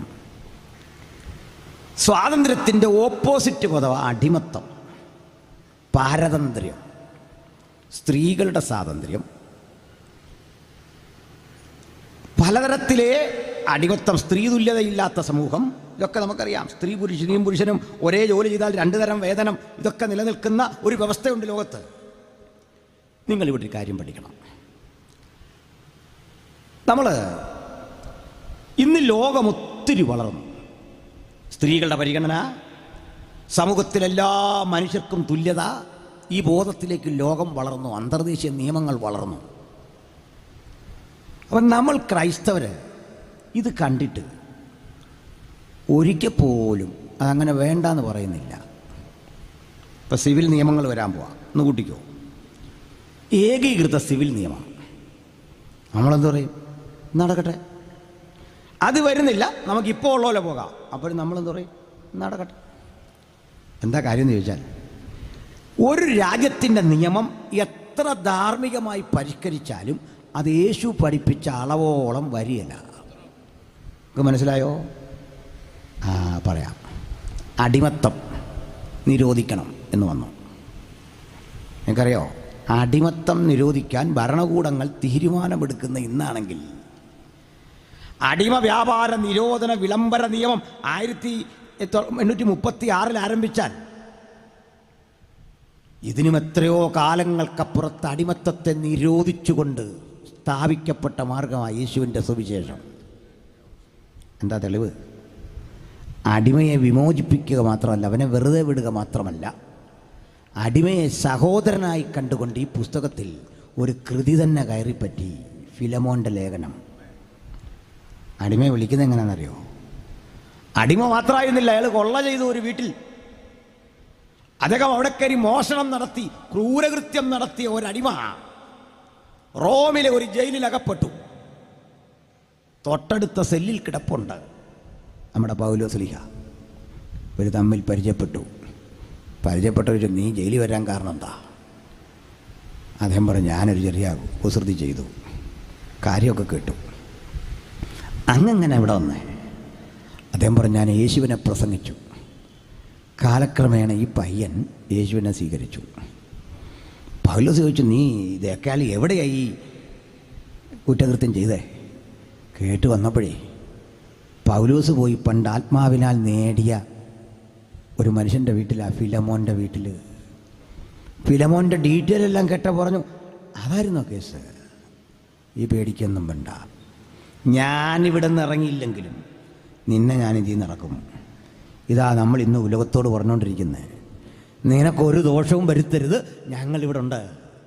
വേദനിക്കുമ്പോഴും കഷ്ടപ്പെടുമ്പോഴും രോഗം ശരീരത്ത് വഹിക്കുമ്പോഴും ഓരോ ആത്മികനും മറ്റൊരു രോഗിക്ക് വേണ്ടി പ്രാർത്ഥിക്കുന്നത്. അതുകൊണ്ടാ കഷ്ടപ്പാടിന് നടുവിലും മറ്റൊരാൾക്ക് വേണ്ടി പ്രാർത്ഥിക്കുന്നതിൻ്റെ കാരണം എന്താ? ഒരു ഗ്യാരണ്ടിയാ ഈ സുവിശേഷം കൊടുക്കുന്നത്. ഹല്ലേലൂയ. പ്രിയരേ, ഫിലമോൻ ഒരു കത്തെഴുതി. ഫിലമോന് പൗലോസ്, അല്ലയോ ഫിലമോനെ, ഞാൻ ഈ കത്തിൽ അത്യാവശ്യം ഒരു കാര്യം പറയാം. തടവിലിരിക്കെ ഞാനൊരു കൊടും കുറ്റവാളിയെ കണ്ടു. അവൻ്റെ മനസ്സ് മുഴുവൻ നിന്നെക്കുറിച്ച് പ്രതികാരബോധമായിരുന്നു. ജയിലിൽ നിന്നിറങ്ങിയാൽ നിന്നെ വകവരുത്താൻ ബോധത്തോടെ ഇതിനകത്ത് പ്രതികാര ബുദ്ധി കൊണ്ടുകൂടി കിടക്കുന്നവനെ കണ്ടപ്പോ ഞാൻ ഇങ്ങേ സെല്ലിക്കിടന്ന് എന്നെ ഇതിനകത്തിട്ട കൈസർക്ക് വേണ്ടി പ്രാർത്ഥിക്കുന്നത് അവൻ കേട്ടു. എന്നെ പീഡിപ്പിക്കുന്ന, എന്നെ വന്നിട്ട് ആക്ഷേപിക്കുന്ന, ഭക്ഷണം തരാതെ പരിഹസിച്ച് കാർക്കിച്ച് തുപ്പിയിട്ട് പോകുന്ന പടയാളികൾക്ക് വേണ്ടി ഞാൻ പ്രാർത്ഥിക്കുന്ന കണ്ടപ്പോൾ അവൻ ചോദിച്ചു, ഗുരു, താങ്കളെ ആരാ ഇങ്ങനെ മാറ്റിയേ? അദ്ദേഹം പറഞ്ഞു, കയ്യിലെ വെട്ടിത്തിളങ്ങുന്ന കടാര കൊണ്ട് നെഞ്ചു കുത്തിക്കീറാൻ വരുന്നവരെയും നോക്കി കരമുയർത്തി അവനെ അഭിവാദനം ചെയ്യുന്ന ഒരു മാർഗമാണ് എൻ്റെ മാർഗം. അതാ സുവിശേഷം. ആ മകൻ രക്ഷിക്കപ്പെട്ടു. അവൻ നിന്റെ വീട്ടിൽ നിന്ന് കൊള്ള ചെയ്തെന്നറിഞ്ഞപ്പോ, അല്ലയോ ഫിലമോൻ, ഇവന് വേണ്ടി ഞാൻ നിന്നോട് തർജ്ജനം ചെയ്യുക. അവൻ എന്തെങ്കിലും നിനക്ക് തരാനുണ്ടെങ്കിൽ പൗലോസ് എന്ന ഞാൻ എൻ്റെ സ്വന്തം കയ്യിൽ തന്നെ തന്നു തീർക്കും. ഞാനിത് പറയുമ്പോൾ എൻ്റെ അത്ഭുതം, ഇത് പറയുമ്പോൾ അപ്പോസ്തലൻ്റെ കയ്യിൽ 10 രൂപയില്ലെന്ന്. ജയിലറയ്ക്കുള്ളിലെ ഇടുങ്ങിയ മുറയിൽ തിരിഞ്ഞും മറിഞ്ഞും കിടക്കുമ്പോഴും ഒരുറപ്പ് കൊടുക്കുക, ഇവനെ രക്ഷ ചെയ്യണമെന്നുള്ള ആത്മാർത്ഥമായ ആഗ്രഹം. ഇതാ സുവിശേഷ പ്രവർത്തനം. സ്തോത്രം. എനിക്ക് നീട്ടാൻ നേരമില്ലെന്ന് മാത്രമല്ല, നിരന്തര സംഭാഷണം കൊണ്ട് ഈ ശബ്ദമൊക്കെ ഇങ്ങനെ പോയി. ഈ സഹോദരന്മാരെ മിക്സറിൽ പണിത് മടുത്തു എൻ്റെ ഈ ശബ്ദത്തിൻ്റെ കുഴപ്പം കൊണ്ട്. കാരണം സാധാരണ കേൾക്കുന്നവരല്ല, ഒരു വ്യത്യാസം. അപ്പോൾ നീട്ടണില്ല, ഒന്ന് പറഞ്ഞ് അവസാനിപ്പിക്കട്ടെ. ഇതങ്ങ് അയച്ചു കത്ത്. ഒനേസിമോസിനെ കുറിച്ച് ഒന്നുകൂടെ പറഞ്ഞു, മേലാൽ അവൻ നിനക്ക് ദാസനല്ല, ദാസന് മീതേ സഹോദരൻ. യജമാനനെയും അടിമയെയും ഒരുമിച്ചിരുത്തി വിശുദ്ധ സംസർഗത്താൽ തിരുമേശ നൽകി ആദരിച്ചൊന്നാക്കിയ മാർഗത്തിൻ്റെ പ്രായം 2000 കൊല്ലമാണെങ്കിൽ ലോകം അനവധി കാലം കഴിഞ്ഞ ഈ സമത്വത്തിൻ്റെ, സാഹോദര്യത്തിൻ്റെ സന്ദേശത്തിലേക്ക് ഉലകത്തെ പരിഷ്കരിച്ചതെങ്കിൽ ആ സംശുദ്ധിയുടെ മണ്ഡലത്തിൽ ഞാനും നിങ്ങളും ഇന്ന് രാത്രി ജയിക്കുക. ഹല്ലേലൂയ. അവസാനത്തിന് പോയിന്റ് ഇങ്ങനെ പറയട്ടെ. ഇതിലും വലിയൊരു പ്രശ്നമുണ്ട്. ആരും കാണാനാവാത്ത നിഗൂഢതയുടെ ലോകത്ത് ചിലരിന്ന് സ്വാതന്ത്ര്യമില്ലാതെ കഴിയുന്നു. അത് രാഷ്ട്രീയക്കാരെ നോക്കിയാൽ കാണത്തില്ല, അതേ ലോകത്തിൽ സൈക്കോളജിസ്റ്റ് നോക്കിയാൽ കാണത്തില്ല, സൈക്യാട്രിസ്റ്റ് നോക്കിയാൽ കാണത്തില്ല. ഒരു ദുരന്തത്തിൻ്റെ ചരിത്രത്തിലൂടെ സമകാലിക ലോകം കടന്നു പോകുന്നു. നിങ്ങളൊരു നാട്ടിലേക്ക് ചെല്ല്, മദ്യം തകർത്തെറിഞ്ഞ 100 യുവാക്കൾ. രാഷ്ട്രീയമറിയാ, തത്വസംഹിതകളറിയാ, ഗാന്ധിജി വിഭാവനം ചെയ്ത ഒരു സമത്വസുന്ദര രാജ്യത്തെ പ്രകീർത്തിക്കുന്ന രാഷ്ട്രീയ കക്ഷികളുണ്ട്. പക്ഷെ ഭൂരിപക്ഷം മദ്യപാനികളാ. മാർക്സ് വിഭാവനം ചെയ്ത ഒരു സോഷ്യലിസ്റ്റ് രാജ്യമുണ്ട്. ആ രാജ്യം വരുമ്പോൾ ആ രാജ്യം ഭരിക്കാൻ നിനക്ക് ശക്തി കിട്ടേണ്ടതാ. പക്ഷെ മദ്യം നിന്റെ ജീവിതത്തെ തകർത്തോ, ശരീരം മുഴുവൻ തകർന്നോ. ഇതല്ലേ ഇന്ന് കേരളത്തിൻ്റെ പൊതുചിത്രം? ഇത്തരം പ്രവണതകളിൽ അകപ്പെട്ട 100 ചെറുപ്പക്കാരെ കൗൺസിലിങ്ങിന് വിധേയമാക്കുമ്പോൾ അവർ പറയുന്നൊരു കാര്യമുണ്ട്, രക്ഷപ്പെടണമെന്നുണ്ട്. പക്ഷെ വയ്യ, പലയാവർത്തി ഉപേക്ഷിച്ചു ഈ മദ്യപാനം, കരകയറാൻ വയ്യ, രക്ഷയില്ല. ഇനിയുണ്ട് മറ്റൊന്നുകൂടി. ഞാൻ 2 കൊല്ലം മുമ്പ് പ്രമുഖമായ കേരളത്തെ ആകെ ചർച്ചയ്ക്ക് വിധേയമാക്കിയ ഒരു കേസിലെ പ്രതിയെ ജയിലറിൽ കണ്ടു. നിങ്ങളറിയുന്നൊരു കേസാണ്. ഒരു നടിയെ പീഡനത്തിന് വിധേയമാക്കിയ കേസിലെ പ്രതി. ബാക്കിയൊക്കെ നിങ്ങൾ പൂരിപ്പിച്ചാൽ മതി. എനിക്ക് ആ ജയിലിൽ പ്രസംഗിക്കാനൊക്കെ ഉള്ളൊരവസരം കിട്ടി. അപ്പോൾ ഞാൻ എൻ്റെ കൂടെ കുറേ സുഹൃത്തുക്കളുണ്ട്, പാട്ടുമൊക്കെ പാടി ഇവരെ ബോധവൽക്കരിക്കുക. അപ്പോൾ ഈ കക്ഷി ഇറങ്ങി വരികയല്ല, പുറത്തേക്ക് വരിക. 2 ഭാഗത്തുനിന്ന് ഇറങ്ങി വരണം. ഇടയ്ക്കായി കോറിഡോർ. നമ്മൾ ഈ സെല്ലിൻ്റെ ഇപ്പുറത്ത്, മെയിൻ സെല്ലിൻ്റെ ഇപ്പുറത്ത്, അഴിക്കിപ്പുറത്ത് നിന്ന് അങ്ങോട്ട് പറയണം. ഒരു T ആകൃതിയിലെ സംവിധാനമാണ്. പോലീസുണ്ട് കൂടെ.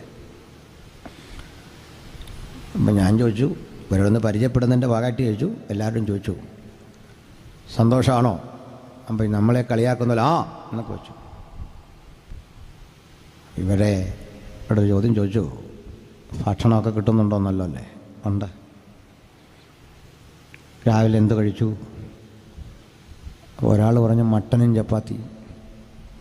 ഇങ്ങനെ ഓരോന്ന് പറഞ്ഞ് ചിക്കൻ കഴിച്ച കഥ.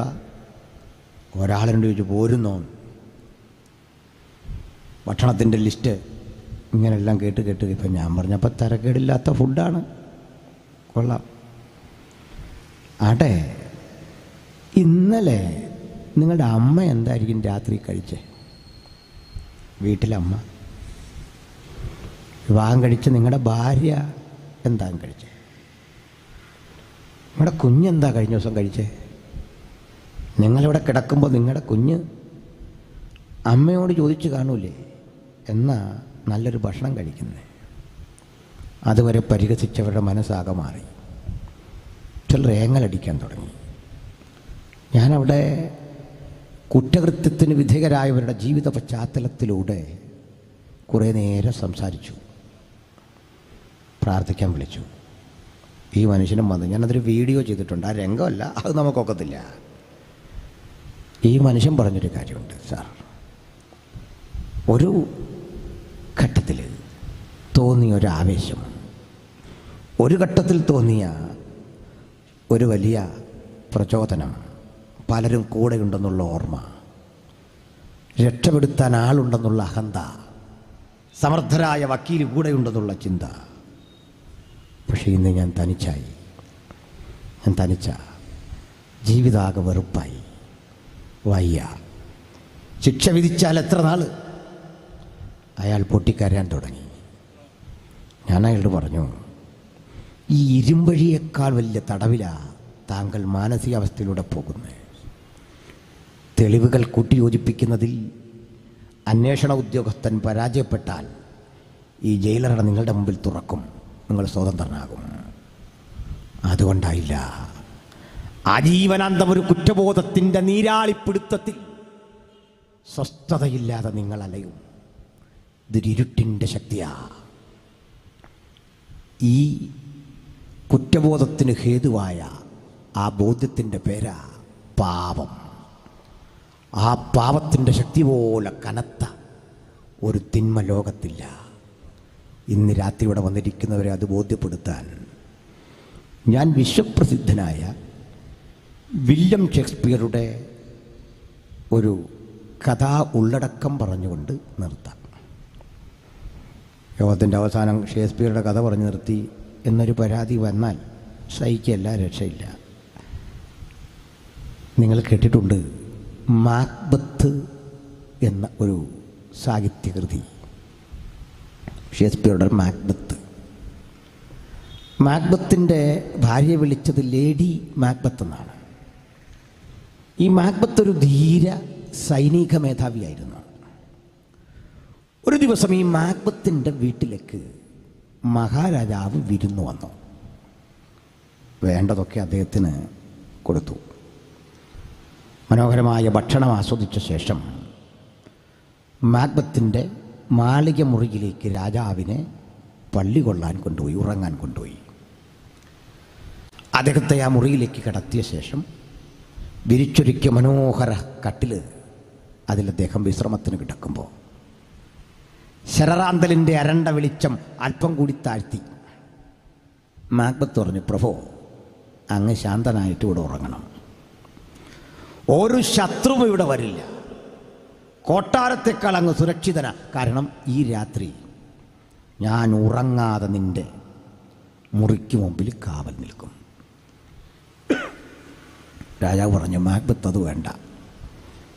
കൊട്ടാരത്തിലേക്കാൾ ഞാൻ സുരക്ഷിതനാ. കാരണം നിന്റെ ധീര സൈനിക നടപടികളെക്കുറിച്ചറിയാത്തൊരു മനുഷ്യനിവിടില്ല. നിന്റെ വീട്ടിലാണ് ഞാൻ കിടക്കുന്നതെന്നറിഞ്ഞാൽ ഇവിടെ വരാൻ കെൽപ്പുള്ളൊരു ശത്രുവുമില്ല. You go and take rest. പോകോ. തന്നെ പ്രകീർത്തിച്ച രാജാവിൻ്റെ അഭിനന്ദന വാക്കുകൾ കേട്ട് ഈ പടിയിറങ്ങി താഴെയെത്തിയ മാക്ബത്ത് കണ്ടു സുന്ദരിയായ തൻ്റെ ഭാര്യ. കുളിച്ച് ശുദ്ധയായി പനിനീരണിഞ്ഞ് ആഡംബര വേഷധാരിയായി തൻ്റെ മുമ്പിൽ നിൽക്കുന്ന അവൾ മാക്ബത്തിനോട് ചോദിച്ചു, അങ്ങേക്കെന്താ ഇന്ന് പതിവില്ലാത്തൊരു സന്തോഷം? അതേ, എന്നെ ഞാനാക്കി വളർത്തിയ എൻ്റെ രാജാവിനൊരു പിടി ഭക്ഷണം, എനിക്ക് വിലയും നിലയും പദവിയും തന്ന് ആദരിച്ച എൻ്റെ രാജാവിന് വേണ്ടി ഒരു ദിവസം ഇവിടെ കൊണ്ടുവരാനുള്ള എൻ്റെ ആഗ്രഹം നിറവേറി. ഈ സന്തോഷം, അതാണോ സന്തോഷം? അങ്ങക്ക് എന്നെ വിവാഹം കഴിച്ചാണോ സന്തോഷം? രാജാവ് ഇന്നിവിടെ വന്നാണോ സന്തോഷം? പെണ്ണുങ്ങളുടെ ചോദ്യമല്ലേ, ചിലപ്പോൾ നമ്മൾ ബുദ്ധിമുട്ടിപ്പോകും. ക്ഷമിക്കണം. വീട്ടിൽ അദ്ദേഹം പറഞ്ഞു, എടി, നിന്നെ കല്യാണം കഴിച്ചത് ഭയങ്കര സന്തോഷം. ഇത് ആ ഗണത്തിൽ പറ്റാൻ പറ്റിയ കാര്യമല്ലല്ലോ, ഇത് മറ്റൊരു കാര്യമാണ്. അങ്ങനല്ല, അങ്ങക്ക് എന്നോട് ഇഷ്ടമില്ല. നോ, നിന്നോടാണ് ഇഷ്ടം. അങ്ങനെയെങ്കിൽ അങ്ങക്ക് രാജാവിനോടാണോ എന്നോടാണോ ഇഷ്ടം? സംശയിക്കണ്ട, നിന്നോട് തന്നെ. നിന്നോടുള്ള ഇഷ്ടത്തിൻ്റെ ഒരരികിൽ പോലും രാജാവ് വരില്ല. നിന്നോടാണ് എൻ്റെ ഇഷ്ടം. ഉറപ്പാണോ? ഉറപ്പാ. അങ്ങനെയെങ്കിൽ എനിക്കൊരാവശ്യം സാധിച്ചു തരുമോ? സാധിക്കും. എന്താ വേണ്ടത് പറയൂ. ഉറപ്പ്? ഉറപ്പാണെന്ന് പറ. ഇന്ന് രാത്രി നീ രാജാവിനെ കൊല്ലണം. കൊന്നിട്ട് ഈ രാജ്യം ഭരിക്കണം. നിന്റെ തൊട്ടടുത്ത് പട്ടമഹിഷിയായി കിരീടം ചൂടി ഞാൻ രാജ്ഞിയായിരിക്കണം. സമ്മതിച്ചോ? ഏയ്, നീ എന്താ പറയുന്നേ? തെരുവ് തണ്ടിയെപ്പോലെ അലയണ്ട എന്നെ പിടിച്ച് കാലഘട്ടങ്ങളിലൂടെ പരിശീലനം തന്നി സൈനിക മേധാവിയാക്കി സ്വന്തം പ്രാണനെപ്പോലെ എന്നെ കരുതുന്ന എൻ്റെ രാജാവിനെയോ? സാധിക്കില്ല. എങ്കിൽ നിന്നെ പ്രണയിച്ച് നിനക്കൊപ്പം ഞാൻ വരുമ്പോൾ ധരിച്ചത് നീ ധീരനാണെന്നാണ്. നീ എത്രയോ മനുഷ്യരുടെ തലയരിഞ്ഞു രാജാവിന് വേണ്ടി. എൻ്റെ പ്രണയം കാത്തെത്രയെത്ര യുവാക്കളുണ്ടായിരുന്നു. അവരൊക്കെ ഞാൻ അവഗണിച്ച് നിനക്കൊപ്പം വന്നത് ധീരത കണ്ട. നീ ഒരു ഭീരുവാ. ഞാൻ പോകാം, നിൻ്റെ കൂടെ ഇല്ല. അവൾ ബാഗുമൊക്കെ എടുത്ത് ഇറങ്ങാൻ തുടങ്ങുമ്പോൾ അവൻ പറഞ്ഞു, പോലെ, നീ എന്ത് വിവരദോഷം കാണിക്കുന്നു, ഇവിടെ വാ. നോ, ഞാൻ പോകാതിരിക്കാൻ ഒറ്റക്കാര്യം. ഇന്ന് രാത്രി നീ രാജാവിനെ കൊല്ലണം. പറയൂ. കൊടുക്കാം. ചിന്താമഗ്നനായി നിൽക്കുന്ന അവൻ പ്രലോഭനങ്ങൾക്ക് വഴിപ്പെട്ടു എന്ന് കണ്ടപ്പോൾ അവൾ പറഞ്ഞു, yes, you have to do it. നീ ഇത് ചെയ്യണം, ചെയ്യണം. അവൻ വഴങ്ങി വരുന്നു എന്ന് കണ്ടപ്പോൾ അവൾ അരികിൽ വന്ന് വശ്യമായൊരു പുഞ്ചിരി അവന് സമ്മാനിച്ചവനെ കെട്ടിപ്പുണർന്നു. താൻ സൂക്ഷിച്ചു വെച്ച ഒരു ഉടവാൾ പുറത്തേക്കെടുത്ത് കൈനീട്ടിക്കൊടുത്തു. ഗോ, പോയട്ടെ, ആ തലയെടുത്ത് വന്നാട്ടെ വേഗം. വിറയാർന്ന പാദങ്ങളോടെ മാക്ബത്ത് പടിക്കെട്ടുകൾ കയറി മുകളിൽ ചെന്നു. പതുക്കെ തള്ളി കതകു തുറന്നകത്തേക്ക് നോക്കുമ്പോൾ ശരറാന്തലിൻ്റെ അരണ്ട വെളിച്ചത്തിൽ സുഖമായി ഉറങ്ങുന്നു രാജാവ്. അയ്യ, നൂറുകണക്കിന് മനുഷ്യരുടെ തലകരിഞ്ഞ് ചോര കണ്ട് മടുത്തവനാ ഞാൻ. ജീവിതത്തിൽ ആദ്യമായി കൈവിറയ്ക്കുന്നു ഭീരുത്വം.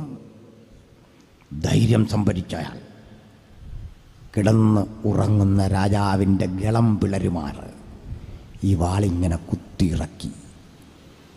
രാജാവ് കണ്ണൊന്ന് തുറന്നു. മാക്ബത്തിനെ കണ്ടു. എന്തിന് എന്ന അർത്ഥത്തിൽ ആ മുഖത്തേക്കൊന്ന് നോക്കി. രാജാവ് കണ്ണടച്ചു. രാജാവ് ഉറങ്ങി. നികുതി പിരിവില്ലാത്ത, മണ്ണിനും പെണ്ണിനും വേണ്ടി യുദ്ധമില്ലാത്ത ഒരു ലോകത്തിലേക്ക് രാജാവ് കടന്നു. രാജാവ് മരിച്ചു. മാക്ബത്ത് ഇറങ്ങി വന്നു. എൻ്റെ ഭാര്യ തൊട്ട് മുമ്പിൽ നിൽക്കുന്നു. ഇത്രേ ഉള്ളൂ. നന്നായി മാക്ബത്ത്, ഈ മനോഹര നിമിഷം നിനക്ക് വേണ്ടി കരുതി വെച്ചത് ഞാനാ. ഈ ഭക്ഷ്യപദാർത്ഥങ്ങൾ ഒരുക്കി രാജാവിനെ ക്ഷണിച്ചു വരുത്തി ഈ നിമിഷം അലങ്കരിച്ചത് ഞാനാ. ഈ നാടും നഗരവും നാളെ ഉണരും. നിന്റെ പട്ടാഭിഷേകത്തിന് വേണ്ട സജ്ജീകരണങ്ങൾ ഞാൻ ഒരുക്കിക്കഴിഞ്ഞു. ചാരപ്പട സകലതും സജ്ജീകരിച്ചു കഴിഞ്ഞു. നീയാണിനി രാജാവ്. ഞാൻ നിന്റെ ഒപ്പം രാജ്ഞി. നീ വിജയിച്ചു. മാക്ബത്തിന് പക്ഷേ സന്തോഷമില്ല. അല്ലേ, വെള്ളം കുടിക്കാൻ ചോദിച്ചു. വെള്ളം കൊടുത്തു. ഈ വെള്ളം കുടിക്കുന്ന വേളയിൽ ഒരു കാഴ്ച കണ്ടു. ഈ കൈപ്പടത്തിൽ പറ്റിപ്പിടിച്ചിരിക്കുന്ന അല്പം രക്തക്കറ. വെള്ളം കുടിച്ചിട്ട് അയാൾ പറഞ്ഞു, കയ്യിൽ ചോരക്കറ, ഒന്ന് കഴുകണം. ആ കൂജ ഇങ്ങോട്ട് ചരിക്ക്.